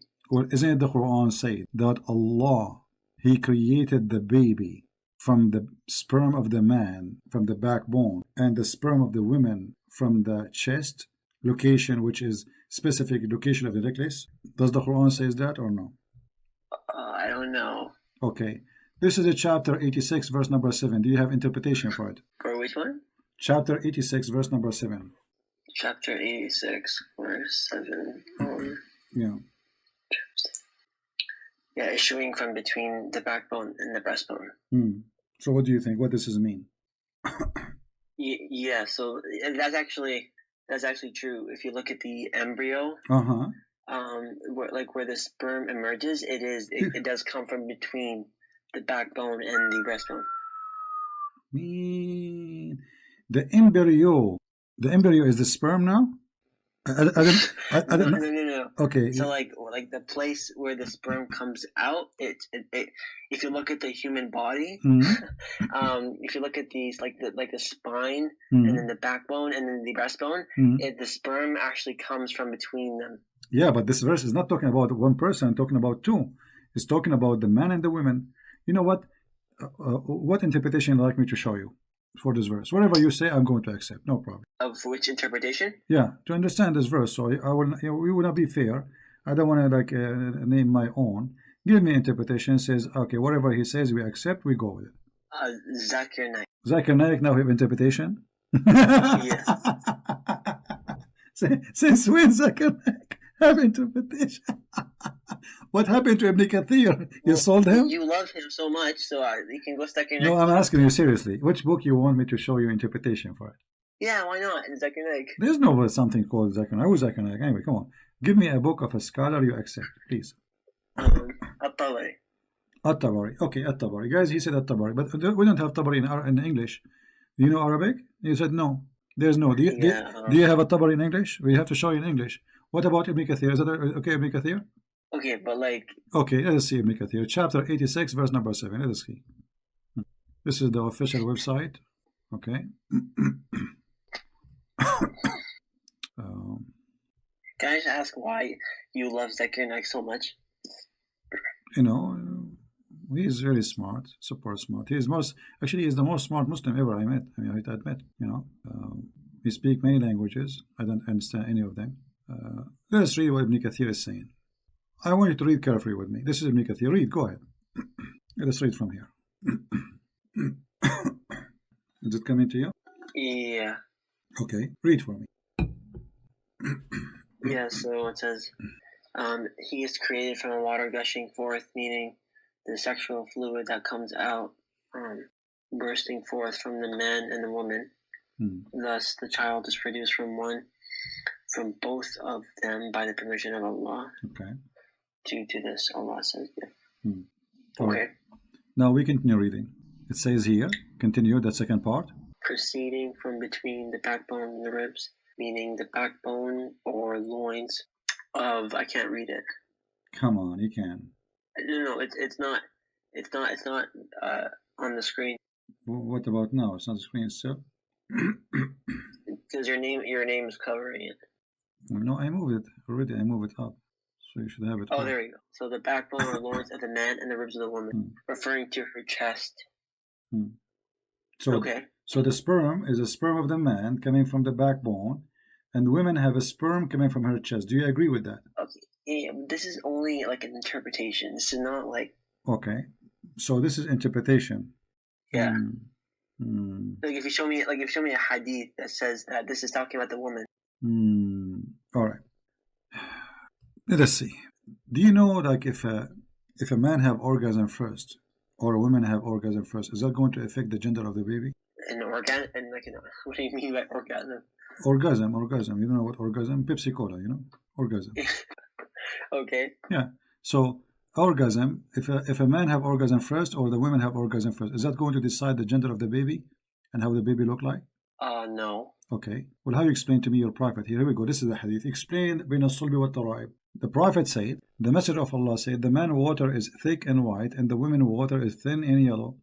Which of them comes first? The child resemble the parent. And you said no. Everybody heard you. So you just got your prophet busted. So your prophet saying that there's a water come from the woman coming from her chest, and that is yellow. So Muhammad, he think women have a sperm, and that is the water she see in her private part. And the man have a sperm, and that she what is thick and white. And whichever of them comes first, the baby resemble the parent, which means male or female. What do you think about this disaster? The man's water is thick and white, and the woman's water is thin and yellow. Whichever of them comes first, the child will resemble that parent. Okay, so what's wrong with this? A second ago, I asked you, if the person have orgasm first, is that going to affect the gender of the baby or the look? You said no. You remember? A second ago. You're a prophet saying exactly what we asked you. I asked you. This is right. No. What do you mean right? You said no. You said wrong. You said no. You said I asked it to you. If a man have orgasm first or the women have orgasm first, is that going to affect the look or the gender of the baby? You said no. What does it mean by coming first? Like coming first, have an orgasm first. You don't know. Come on. Now you are like you supposedly you are. You don't know what orgasm mean. Let me explain to you what orgasm mean. Okay. Now, you are walking down street, okay, and then there's an apple tree, and then the apple tree, one apple fell in your head. You woke up, you find yourself having orgasm. I mean, how in the world you are a man you do not know come first mean? This guy wanna convince me that you do not know what comes first mean, and I believe it. Yeah. Okay. This is Sunan Nasa'i. Okay. This is like Sahih Hadith?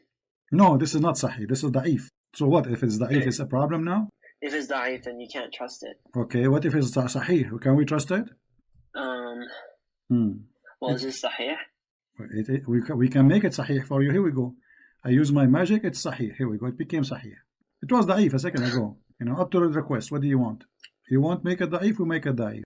You see, this hadith have orgasm now. It became Sahih. Before it was without orgasm, it's not Sahih.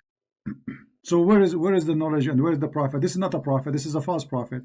He is saying that the sperm of the man coming from the ribs, from the backbone, which is false. Look like your prophet. He never heard of something called testicles. Your prophet, he think testicles is decoration. Maybe they are like a Christmas tree light. Do your prophet know what testicles is about? How in the world he think that a sperm is coming from the backbone? What is the testicles for? They are decoration. They are the men. They carry them just like for balance, to show off. This is why they say he have a big balls. I thought they have a job, but look like it's just like to prove that he is an ox. What kind of religion? This is wrong, right? Thank you very much, Abu Hussein. He just said this is wrong. So how he can be a prophet making a prophecy? Supposed he is saying something nobody knows. Man's water is thick and white, and the woman's water is thin and yellow. Whichever of them comes first, the child will resemble that parent. So yeah, that's wrong. That's wrong. Thank you very much. Here we go. He's an honest man. So this is false prophet. You just said Muhammad is wrong. What do you want more? You left Islam, my friend. Yeah, because like I don't like if it's wrong that I don't know like if.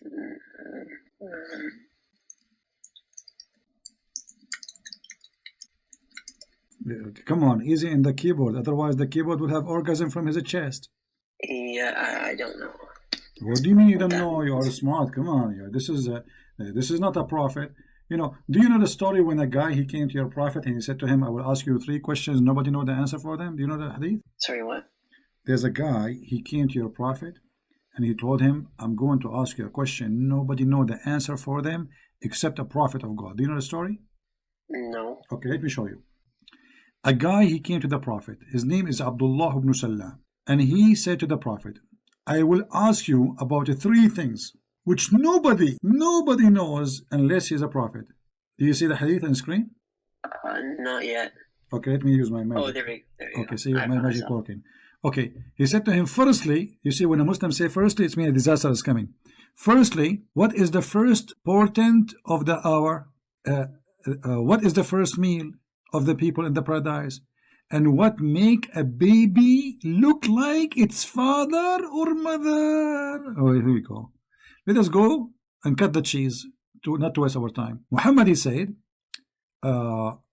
just now Jibreel has informed me. So you see, Allah is telling Muhammad this information coming from Allah, Jibreel himself. He said, okay, what he told you? He said, regarding the baby, and if the man discharge proceed that of the women, then the baby will resemble the father. And if the women discharge, they proceed the man, then the child resemble the mother. And who told him that? Jibreel. Unbelievable. Jibreel, the god of the watermelon. What is that, Abu Hussein? What do you think, Abu Hussein? This is Jibreel told him that. And if the man starts proceeding that of the woman, then the child resembles the father. Yeah, no, that's... And the woman discharged proceeded out of the man, and the child resembles the mother. Wait, which hadith is this? This is Da'if hadith. Okay, what's the number of the hadith? Number of the hadith, Da'if, 2 Da'if, 3 Da'if, 4 Da'if, 5, 7 Da'if. What is it? It's okay. So what do you think now? And look, the guy, he converted to Islam. He said, oh boy. After hearing this, Abdullah, he said, I testify that none has the right to be worshipped but Allah, and you are truly a messenger of Allah. And look how stupid the story. The guy, he told them in the beginning, I will ask you questions, nobody know the answer for them except a prophet. But yet he knew the answer for them, which means a prophet too. Do you see? It says, I will ask you, Abu Hussein, read with me. I will ask you about the 3 things which nobody knows unless he be a prophet. Does it say that? Unless he be a prophet. Okay. Now the guy agree with the prophet that this is the correct answer. That means he's a prophet too. He's her chief. Allah protect him from this. What do you mean he's a prophet too? Well, if I say to you, this information nobody knows unless he is a prophet from God. And I know it already. I know the answer for it. That means I'm a prophet too. The one is asking the answer. Okay, the one is asking the question. He is saying the answer for this, nobody knows the true answer unless he is a prophet, correct? Yeah. But he knew the answer because he agreed with it. So now we have 2 prophets. We have Muhammad a prophet and Abdullah ibn Salam prophet. And this is Sahih al-Bukhari, my friend. This is very Sahih. And this is hadith number, book number 60, hadith number 7. Yeah. Number 7. Can you prove this from the Quran, like not the hadith? My friend, I just showed you. You give me your own interpretation. So I showed you Ibn Kathir for the Quran. It says as-sulb wa tara'ib. At-tara'ib in Arabic is a bone of the women in her the location of the necklace specifically. So there's no way to mix. It is a tara'ib of the women. It is the backbone of the man, and this is the most stupid statement ever. And isn't it enough that your prophet coming to say to us, the women water is thin and yellow, and the man water is thick and white? So he compared the sperm of the man to the yellow liquid the woman she see in her private part when she's having sex. That is stupid. So your prophet, he think that water make the baby, and that water make the baby. So the water of the man and the water of the women, they mix together, and the water of the man is thick and white, and the water of the women is yellow and thin, and that make the baby. I see. Yeah, because if that's the case, then that's wrong. Okay, so are we out of Islam or not yet? I think I still have to do a bit more research. We are doing research. I'm going to stay with you until coming week. I'm not going to go sleep for the coming 5 days. No problem.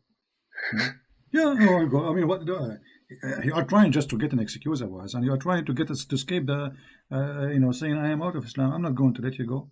Give me your hand. Let me handcuff you before you leave. Yeah, because you might escape.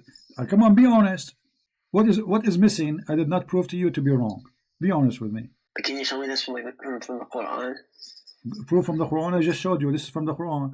The Quran says that the sperm became a congealed blood. That is stupid.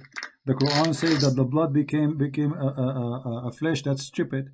The Quran says that a sperm coming from the man, backbone, and the ribs of the women. That's stupid. Okay, hold on. Let me show you something very easy. Do you know what hail is? Hail? Hail, yeah. Yeah. Like the ice like coming from the sky, frozen rain. Okay. How this happened? You know? I don't know actually. If I show you that Allah, He said that Allah He sent hail from mountains in heaven, is that enough proof for you that Allah is a fraud? Hail? Yeah. From heaven? Yeah. You can technically say that outer space, not outer space, but like the sky. No. Is See, Abu, listen carefully. The Quran says specifically that Allah He sent hail from mountains in heaven. As simple as that. There's mountains, and from those mountains Allah He sent hail, which means He break hails from those mountains. He sent it to us. Isn't it? This is enough to prove to you that the Quran is a fraud. Sends down from the sky, not from the clouds. Where is this? No, the translation is false. This is false translation. You see here, this says cloud, it's not exist. This says sky, mountain, masses of cloud, it's not exist. This is a lie. It doesn't say cloud. It doesn't say anything. Cloud is only in the beginning. And then He continue. And He sent down from the sky, from mountains, where in hail. If we change the translation, let me show you. This is Yusuf Ali translation. I will change the translator, and you will see how the translation change. Let us see this guy, Hilali and Khan, what they will say. And He sent down from the sky hail, between two brackets, like mountains. It doesn't say that. Or there are heaven mountains of hail. Where He sent down hail and He strike with it. Oh boy. So they are trying to cover it. They say there's two options. But the fact it doesn't say that. The Quran says the second part. He sent hail from mountains and He strike with it the one who we don't like. How this can be from God? You know what? Let us see if this is what it's meant. I'm going to go to the interpretation. Chapter 24, verse number 43. 24, 43. And right away you will see in a second that when they translate the Quran, they are trying to cover the scam. Read carefully with me, my friend. This is Jalalain. It says, and He sent down from heaven out of the mountains. Do you see it? Out of the mountains. How that can be from God? I mean, this is simple. You do not need to be genius to know that this is false. So okay. So when it says breaking up you're saying mountains, that's actually like a metaphor for evaporation. My friend, there's no metaphor. It says, you see, we don't want to lie to each other here. It says He sent down from mountains, not like mountains. He did not say the same as if it's mountains. I mean, the Arabic is so clear. وَيُنْزِلُ مِنَ السَّمَاءِ مِنْ جِبَالٍ فِيهَا. And this is the accurate translation. He sent down from the heaven out of mountains, min jibal, min extra that are. Question from the Bible. But why you want to change the topic now? Just about Genesis 1. Why you want to change the topic? Okay, ask me about Genesis 1. What about it? But you promised me when I go back here. Yeah. Okay. What that question? Go ahead. So, like in Genesis 1, it said in verse 3, it said, and God said, "Let there be light," and there was light. And God saw that the light was good. So does that mean God didn't know before that the light was good? No, good for us. You know, this is, you see, the book of Genesis is not telling us everything God he do. Otherwise, if God want to tell us how he created the eye, we need to have maybe 100 book. You know, when a doctor he study the eye, how many book he study? Tons of books, just for a little tiny eye. So we are talking about the creation of the universe in a simple way, so people they might understand that everything is created by God. So God he created light, and he saw light is good for us. So light is good for what? Good for us. So he didn't know before that. No, this is not about us. No. You see, this is introduction. Why God he decided that the light is good. He saw that the light is good. So he saw. That means before he didn't know. No, okay, I will go with you. God do not know that the light is good. So how he knew it's light? How he knew that there's something? Saw the light. No. You see, when he said "let be light," it's mean God he knew what light is. Otherwise, he would not say "let be light." Yeah, and then after he saw that it was good. No, after already he knew what is light. For he is the light of the world. That's what the Bible says too. So when God he says "let be light," he knew already what light is. Otherwise, how you can create something you do not know what it is? It's like saying to me, I'm going to create a car, but I do not know what car. That would be silly, isn't it?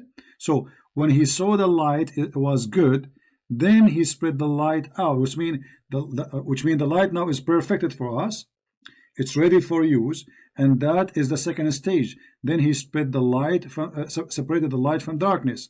So here is not about God he saw and he found out. This is about God. He's, now the light is good to go for the second stage, and then we will go to second stage and we separate from darkness and light and darkness and light. But it talks about trees being created before the sun. So I don't understand how the trees can. Okay, I will go with you. The light exists already, correct? Which light? The first thing he said, let be light. Yeah, but which light is that? It doesn't matter. There's a light. What the trees need? What the trees need light, correct? The sunlight. No, not necessarily. As long as God he created light, there's light. So already he spread between darkness and light. So light exists. So the source of light exists. How it works? This is the beginning of the creation. We do not know. Secondly, if you are saying how the trees are created before the light, let me show you something. And I want you to be consistent. Do you see the screen? It's stuck at that the tafsir. Yeah, hold on. Let me change it. For some reason, the website is stuck too.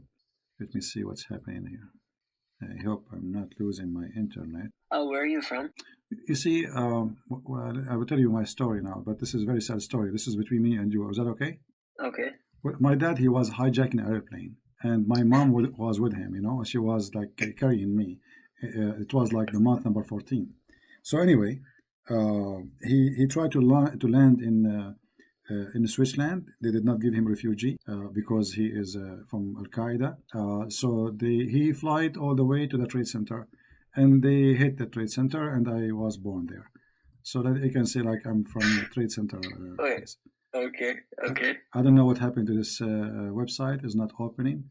I think they are doing maintenance to it. Let us see the other one. Yeah, look like the Hadith website is not functioning, because your prophet he said that Allah he created the sun in Wednesday, and he created you know what? Why I want to even open the Hadith? Let's go to the Quran. Just wait. You see, because I'm trying to see how consistent you are. Because if you have a problem with the sun created at the fourth day, what the Quran says that the sun created at the end in one of the chapters of the Quran. I don't know what happened to my browser. I hope it's not nothing wrong. Let us see. Nothing is functioning. Okay, let's see. No, it's not working.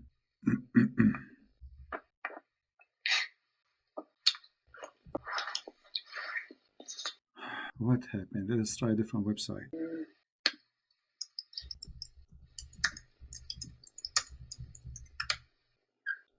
Look like they are doing maintenance in that website. Which website? The Quran and Quran.wow. QuranWow.com? Yeah, For some reason, Yeah, it's not. I could open it. You can? Yeah. Okay, let me try a different browser. It keeps saying to me searching, and it's not opening the thing. I can put it up. Which verse are you talking about? Hold on, let me see, because I want to show it anyway. I will open search truth. All right. Yeah, this website is working here. See. You're either from Egypt or Iraq. Well, I don't know. I mean, see, because I told you, like my my father, he was like all over the place. You know, my cousin Osama bin Laden. You know, by the way, he said hello for you. Osama bin Laden is still living in the White House. No, actually, he is now. He said to you from the fish tank. I have no idea what is happening. Okay. Okay, look, maybe I have to find. I think I have a problem with my internet, but anyway, finally it's open. Okay, can you open for me? I will show it to you on the screen. Finally, the search.com is opening, not the Quran. Oh, okay. Yeah. So if we go read chapter number 41, and I will put in the screen for you. I will show a translation. All right. Okay. Verse number 11. It says here that Allah, after He created the earth, and He finished the earth, and He finished everything in 4 days, and He make everything in 4 days, including the grass, the water, everything. Then and after that, not moreover, He went to the sky, and the sky was a smoke, which means was nothing.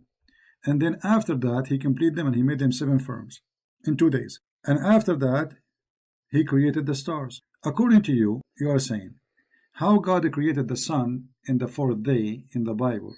According to the Quran, Allah created the sun at the end, the last thing. Where does it say that the sun was created the last day? Read it from, this is chapter 41, read from verse number 9, 10, 11, 12, you will see it. So do you reject the one who created the earth in 2 days? You attribute equals to him, that is the Lord of the universe. He placed stabilizers over it and blessed it and planned its provisions in 4 days, equally to the seekers. Then he turned to the sky, and it was smoke, and said to it and to the earth, come willingly or unwillingly.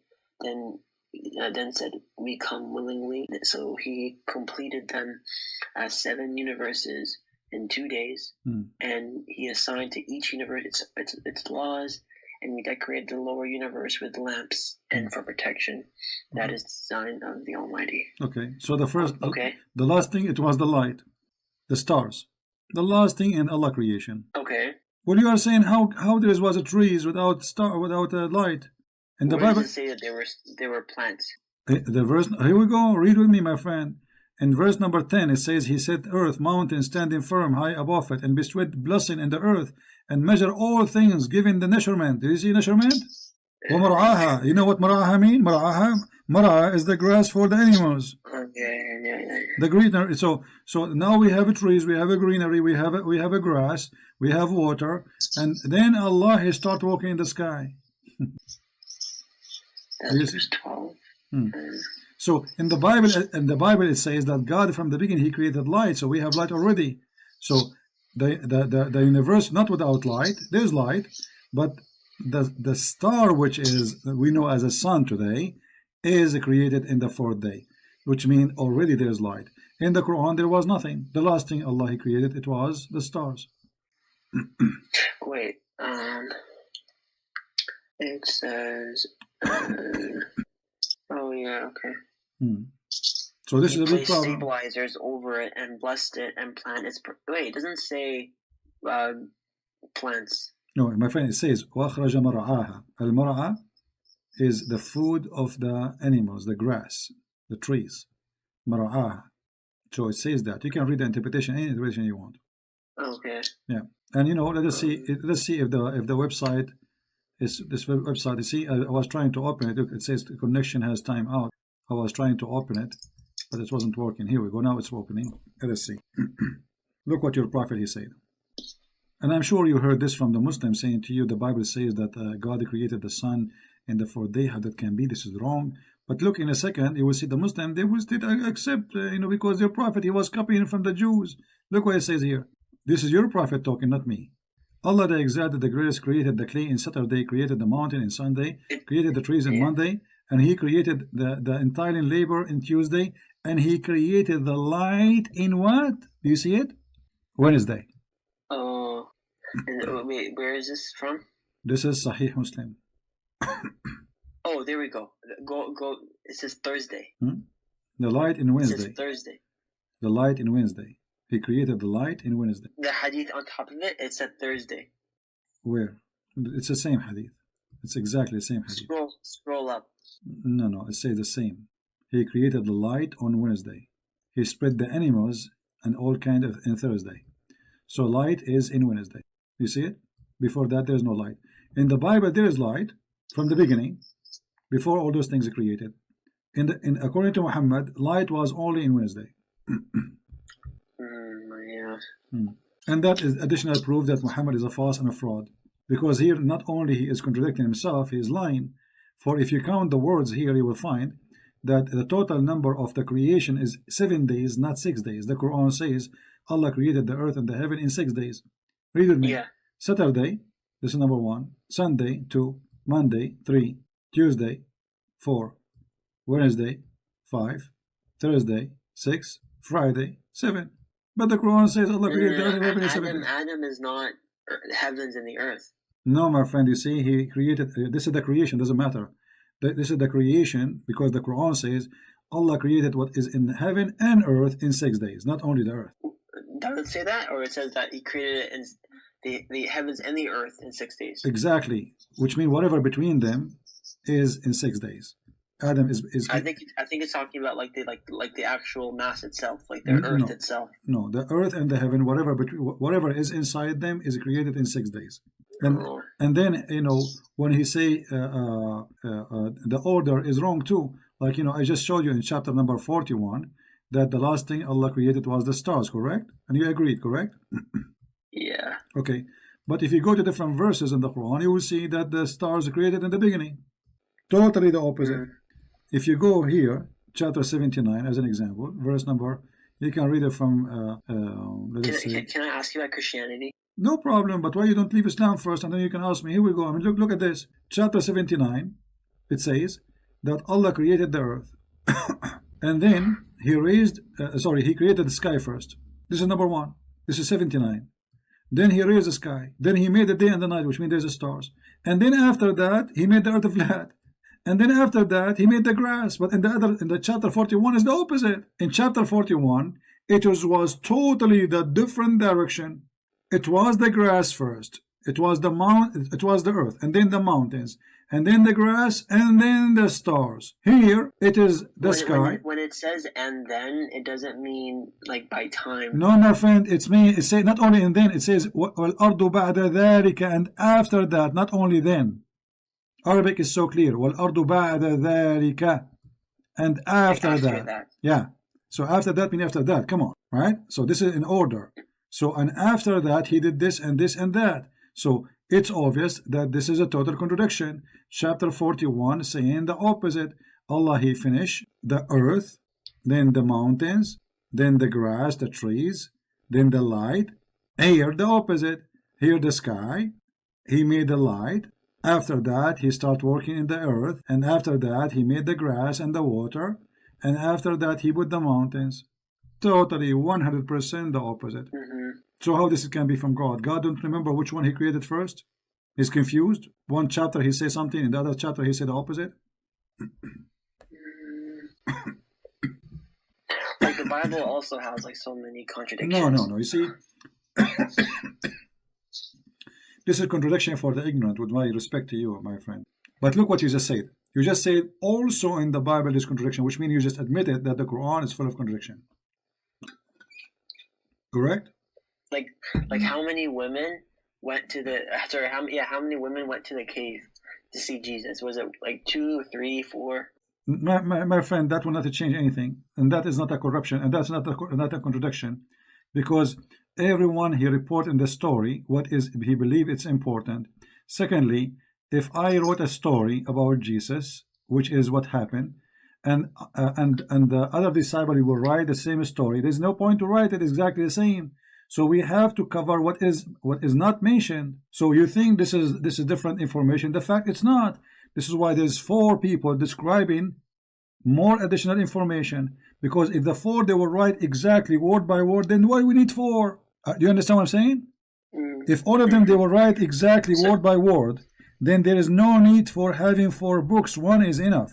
So each one of them is giving us additional information to let us say to cover more of the story. So 4 writers, 4 reporters, and every one of them is inspired to cover what is need to be covered. So there's no contradiction, and that is the most silly statement ever you can say, that this is a contradiction.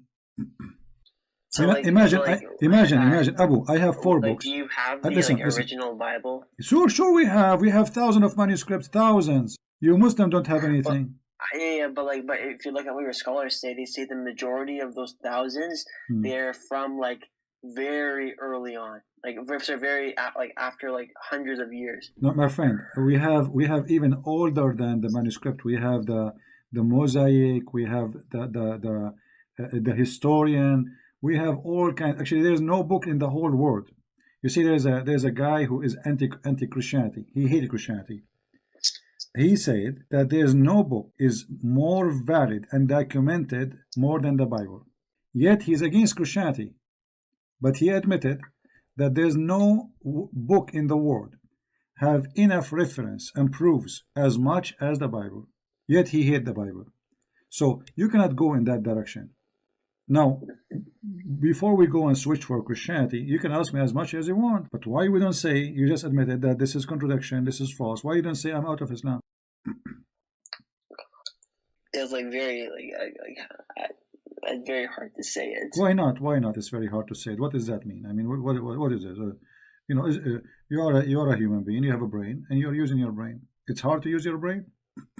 It's like, what if this is a test from Allah? Well, what Allah? Look at this Allah. This Allah is an idiot. Don't you see? Test from Allah. I spank Allah every day. People are dying laughing at him. He's a joker. How this God can be God? He think. I mean, after all of this, you say test from Allah. Isn't it the Quran says? Isn't it the Quran says? If this is book from not from Allah, you will find a lot of contradiction. Yeah. Okay, that's it. He just got you. He got himself busted. Allah Himself saying, if this book is not from Allah, then you will find a lot of contradictions, and we found many. أفلا يتدبرون القرآن? Don't they consider the Quran? If this is a book not from Allah, you will find a lot of contradiction. Contradiction. Chapter 4, verse number 82. And we prove to you many of them. Come on. Be brave, Abu. Come on, you are the man. Can I call you back tomorrow? You can call me tomorrow, the day after. By the way, tomorrow, I'm not, already I'm tomorrow. You can call me now. Here we go. It's already 1 a.m. in the morning for me. So it's tomorrow. Call me now. Call me. Come on, just say, yeah, I'm out of Islam, my friend. Come on. I mean, you are smart and you agree that this is wrong. This is stupid. Already you said you're a Muslim, not a Muslim no more, because you said this is wrong. You said that Muhammad saying wrong. By saying such a statement, you just agreed that Muhammad is false. This is going to change my entire life. So what? Change for better. So be smart. You were a fool yesterday. Today you are a smart person. Nobody can fool you. This is a change for good. Yeah, I think I can call you tomorrow. No, why you don't say now I am out of Islam? I want to know what's happening. Why you cannot say it? You just admitted that Muhammad is wrong. What is missing? By saying such a statement, you said Muhammad is a fraud. What kind of God is God? This is a God. This is an idiot. If I watch Mickey Mouse, he can teach me something smarter. So many people in the chat are like, he's gonna leave. He's gonna leave. Don't worry about people in the chat, my friend. Worry about yourself, about your salvation. This is cult. You are a follower of a cult, my friend. Who care about people in the chat? Who care even about me? This is about you. See, for me, you became a Muslim, you became a Christian, you became a Hindu. This is your business. But voluntarily, for the sake of my Lord, the Messiah, based on love, I'm trying to help you as my little brother as much as I can. I cannot force you. I cannot tell you what to do. I can ask you, what do you think? Why you don't say Islam is false? You did. Why we cannot be brave and say the truth? I know, you know, already you are convinced that Islam is false. Why you don't want to say it? It's just like, it's like been like my entire life, like from... So what? You know, if somebody is smoking all his life, and then one day he found that smoking is very harmful, should he stop smoking or continue?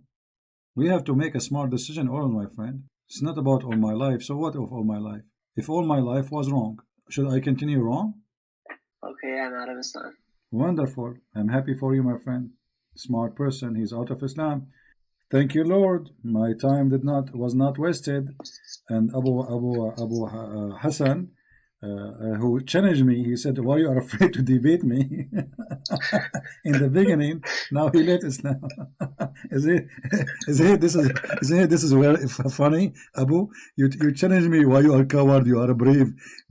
Call me. I will call you. All right.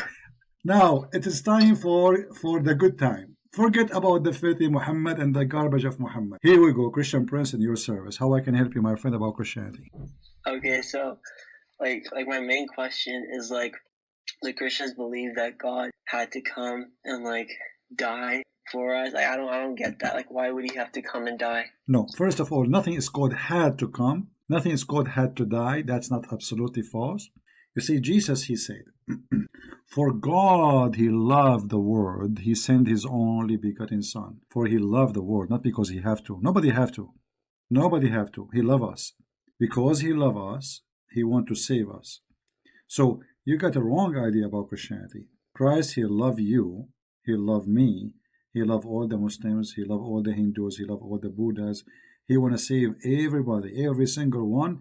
The Bible says that happiness will be in the kingdom of God, our Father, if one soul is saved. Imagine how important your soul is. So, because he loves you, not because he have to, because this is for your sake, not for his sake. It's me and you who might go to heaven or to hell, not him. He's not worried about himself. So, he love to help you, not he have to help you. Anything else? So you're saying that God just like he did it because he just wanted to. He wanted to? My friend, God, he created Adam and Eve, according to the Bible, to share his glory with them, like to give them the glory to live with him, not to commit sin. So like if I wanted to become Christian, like would I have to go to like a Catholic church? This is not the question. Now, who care about Catholic Church or Protestant Church? This is not really important. What make you saved, my friend, is not a Catholic Church or a Protestant Church or Orthodox Church. It's not a church who save you. It is Jesus the Christ. So if you want to be saved, you believe in Jesus the Christ, not in a church name. We don't care for a church. For me, I don't care if I am a Catholic or Protestant. What does this have to do? The bishop cannot save me. The Pope cannot save me. Nobody can save me. Only one name. That is the Messiah. So for you, if you want to be saved, you have to believe in the Messiah, the Lord. He is the Savior, not a Christian Prince. I am a sinner, my friend. The bishop is like me. The Pope is like me. We are men. We commit sin. We are made full of sin, you know. So sin is all over us. Who am I? Who are you? Who is he? Who is she? Nobody can save you. Only the Holy God can save us, for he is only holy. So for you, is important is to accept the Messiah as your Savior. And which church you go to, I will help you later to see which one. I will see where you live. If you like to share with me some information in private, and I will contact some people and see how we can help you in that field. But first, you have to accept the Messiah as your Savior, only the Messiah, no other name, and that is the only way to be saved. I think I should just do like more research into Christianity. Like I don't want to do the same mistake as last time and like believing in something that I don't know about. What do you mean last time? What last time? You called me before? Like for with Islam. What about you called me before? No, I said like I don't want to do the same mistake. Okay, you became a Muslim. I mean, you were a Muslim without knowing that Islam is bad. No problem. I'm not asking you to become a Christian now, but you see, for me, my friend, I have a duty And the duty is voluntarily based in love, not because I have to again. But my duty is because I love to help you. I invite you to the best and the best of the best. That is the Messiah. Because we might go to sleep right now. Either you or me, nobody knows. We might not wake up again. So for me, I would love to save Abu Hussein from hell, you know, because you might go to sleep, you never wake up. Is that correct? It might happen to me, it might happen to you. Death can come in any moment. So we can be saved as long as we are alive and we believe. After that point, there's no point. That's it. So for me, I would love to see you saved today, not tomorrow. But for sure, this is a choice you make. And I don't want you to say Shahada. We don't believe in this garbage. I want you to believe from your heart, not to repeat words you do not know even what they mean. We don't want such a thing. We don't, you know, Christianity, there's no hypocrisy of saying, I say Shahada and that's it, you are saved. Many they lie, they say, oh, the Christian believe that Jesus saved them, that said they can commit sin as this is big fat lie. The Messiah said, not everyone says to me, Lord, Lord, will enter the kingdom of my Father, but the one who do his will, which means believe in him, but yet you are a filthy person, you never repent, you are not a believer. A true believer is the Messiah who described him as, from their fruits you shall know them. So how you know a Christian person? A Christian person, he spent his time speaking about Christ, bringing people to Christ, defending the truth, loving people, helping others, helping the elders, loving his parents, loving his family, taking care of the poor. That is a Christian. It's not, those things will not take you to heaven, no. But those things is the fruit of a believer.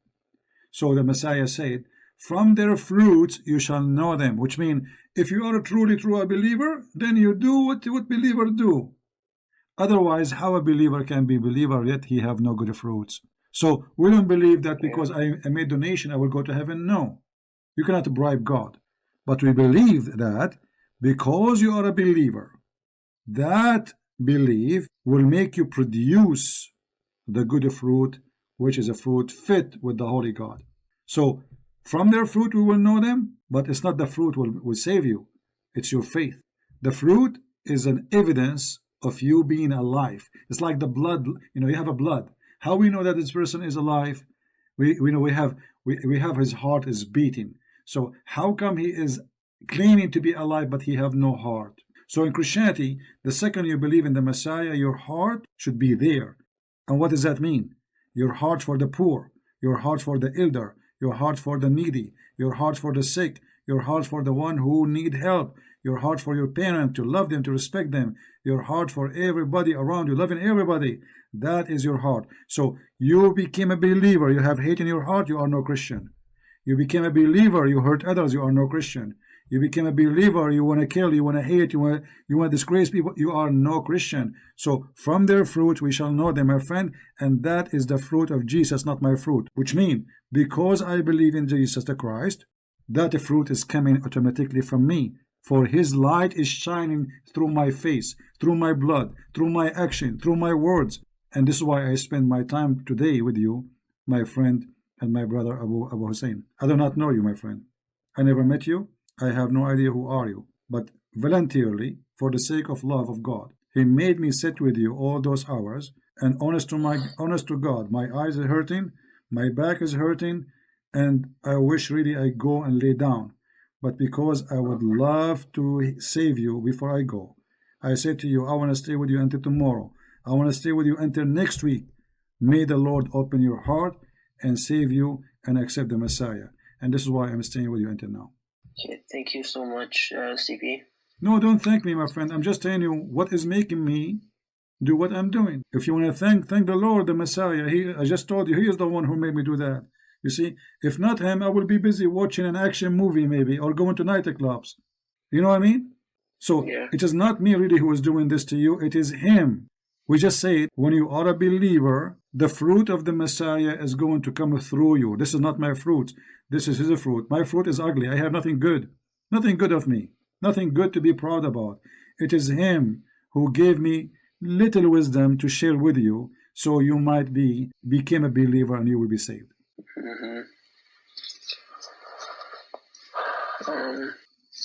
Yeah. I understand what you're saying about Christianity is like all about forgiveness, and then about like Jesus like coming to save you, and then like I like the message. There's nothing like the Messiah, my friend. It's not only a message only. You see, talk is cheap. I can speak good, but I can't do bad. The Messiah is the only person who spoke and he did what he say. You see, Jesus, he keeps saying to us, forgive, forgive, love your enemy. It's okay. What if Jesus, he did not practice what he said? That will make him hypocrite, correct? Yeah. Do you know what Jesus said when they were crucifying him in the cross? I actually don't know. He said, forgive them, Father, they do not know what they are doing.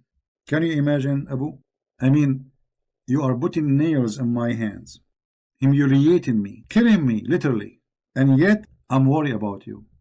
Asking the Father to forgive them, saying they do not know what they are doing. How much love is that? Can you imagine? Yeah, like a lot of love. So the Messiah is a person who do say something and he practice every word he said. It's going to be very embarrassing if he don't do what he asked us to do. In the death, in the moment of pain, everybody shouting, kill him, his blood in our hands, yet he is forgiving them. How amazing that is. This is why when I say to you, the Messiah said, from their fruits you shall know them. So how we know the Messiah? From his fruits. Otherwise, we do not know how he looked like. How I know the Messiah? From his fruits, my friend. His fruits is amazing. It's not just a name. It's not just a reputation. It's not just a followers.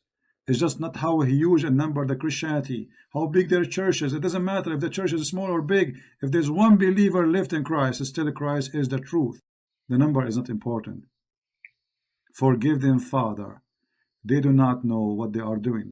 That is the teaching of God. That is the love of God. So the Lord, the Messiah, each time you were questioning about the Bible, how come in the Bible there is a contradiction? How come in the Lord himself, he is saying, forgive him, Father. He do not know what he's doing. This is how much he loves you. And that what make me, speak to you, and I am not upset for saying there is a contradiction in the Bible, there is etc. Because I know, I understand that the Lord, he taught me to be patient. Forgive them, Father. They do not know what they are doing. And you are like my little brother. I'm sure I'm older than you. Still, age is not important. It's about how mature we are, how intelligent we are, and how right decisions we make. And today is your day, my friend. I invite you right now as we speak to accept the Messiah as your Lord, as your Savior. And it's up to you to say, yes, I accept, or to say, I don't want. Okay, I accept. Amen to that. Hallelujah. Glory to the Lord. Glory to the Lord. I pray from my heart to our friend here, our brother, that he today, his soul, his name, his face, his hands, his fingers, his fingerprint is registered in the book of God as person who is being saved, and he is a person who believed. I pray from my heart, my friend, to you, that you forgive me if I was harsh with you. I was harsh because I want to save you.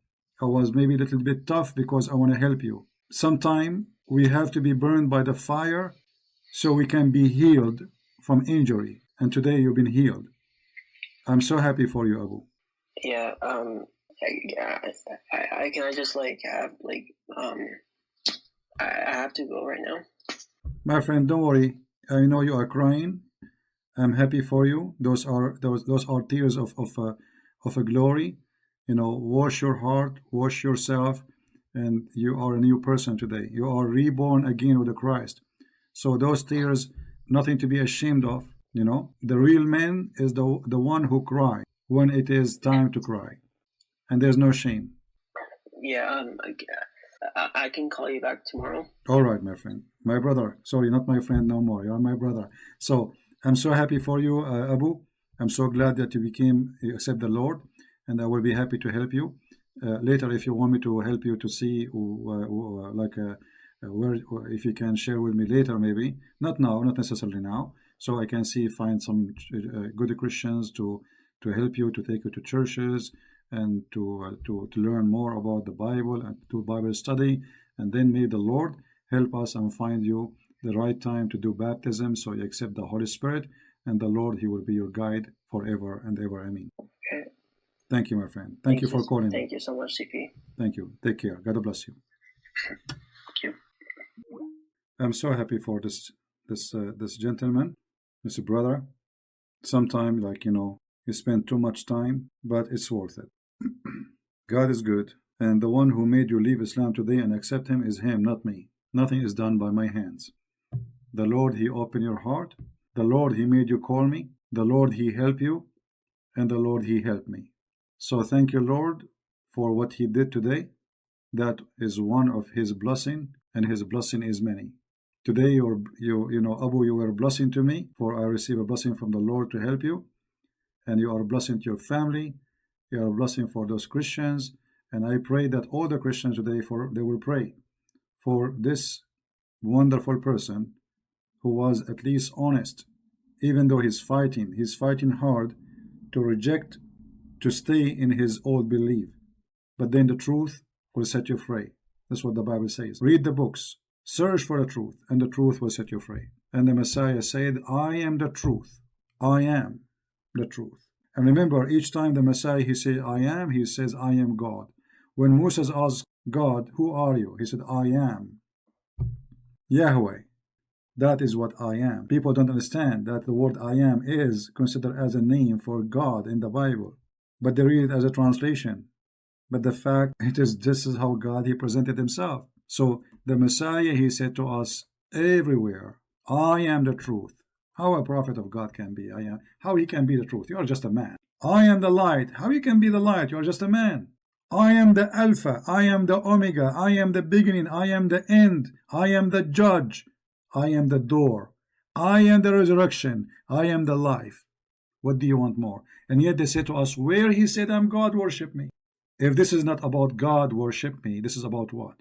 I hope today we have a good time together, and I hope that we learned that sometime we do not know how things work. I thought this gentleman, he will call me, he was challenging me, he will call me names, he will insult me, he will hang up. I don't know what will happen.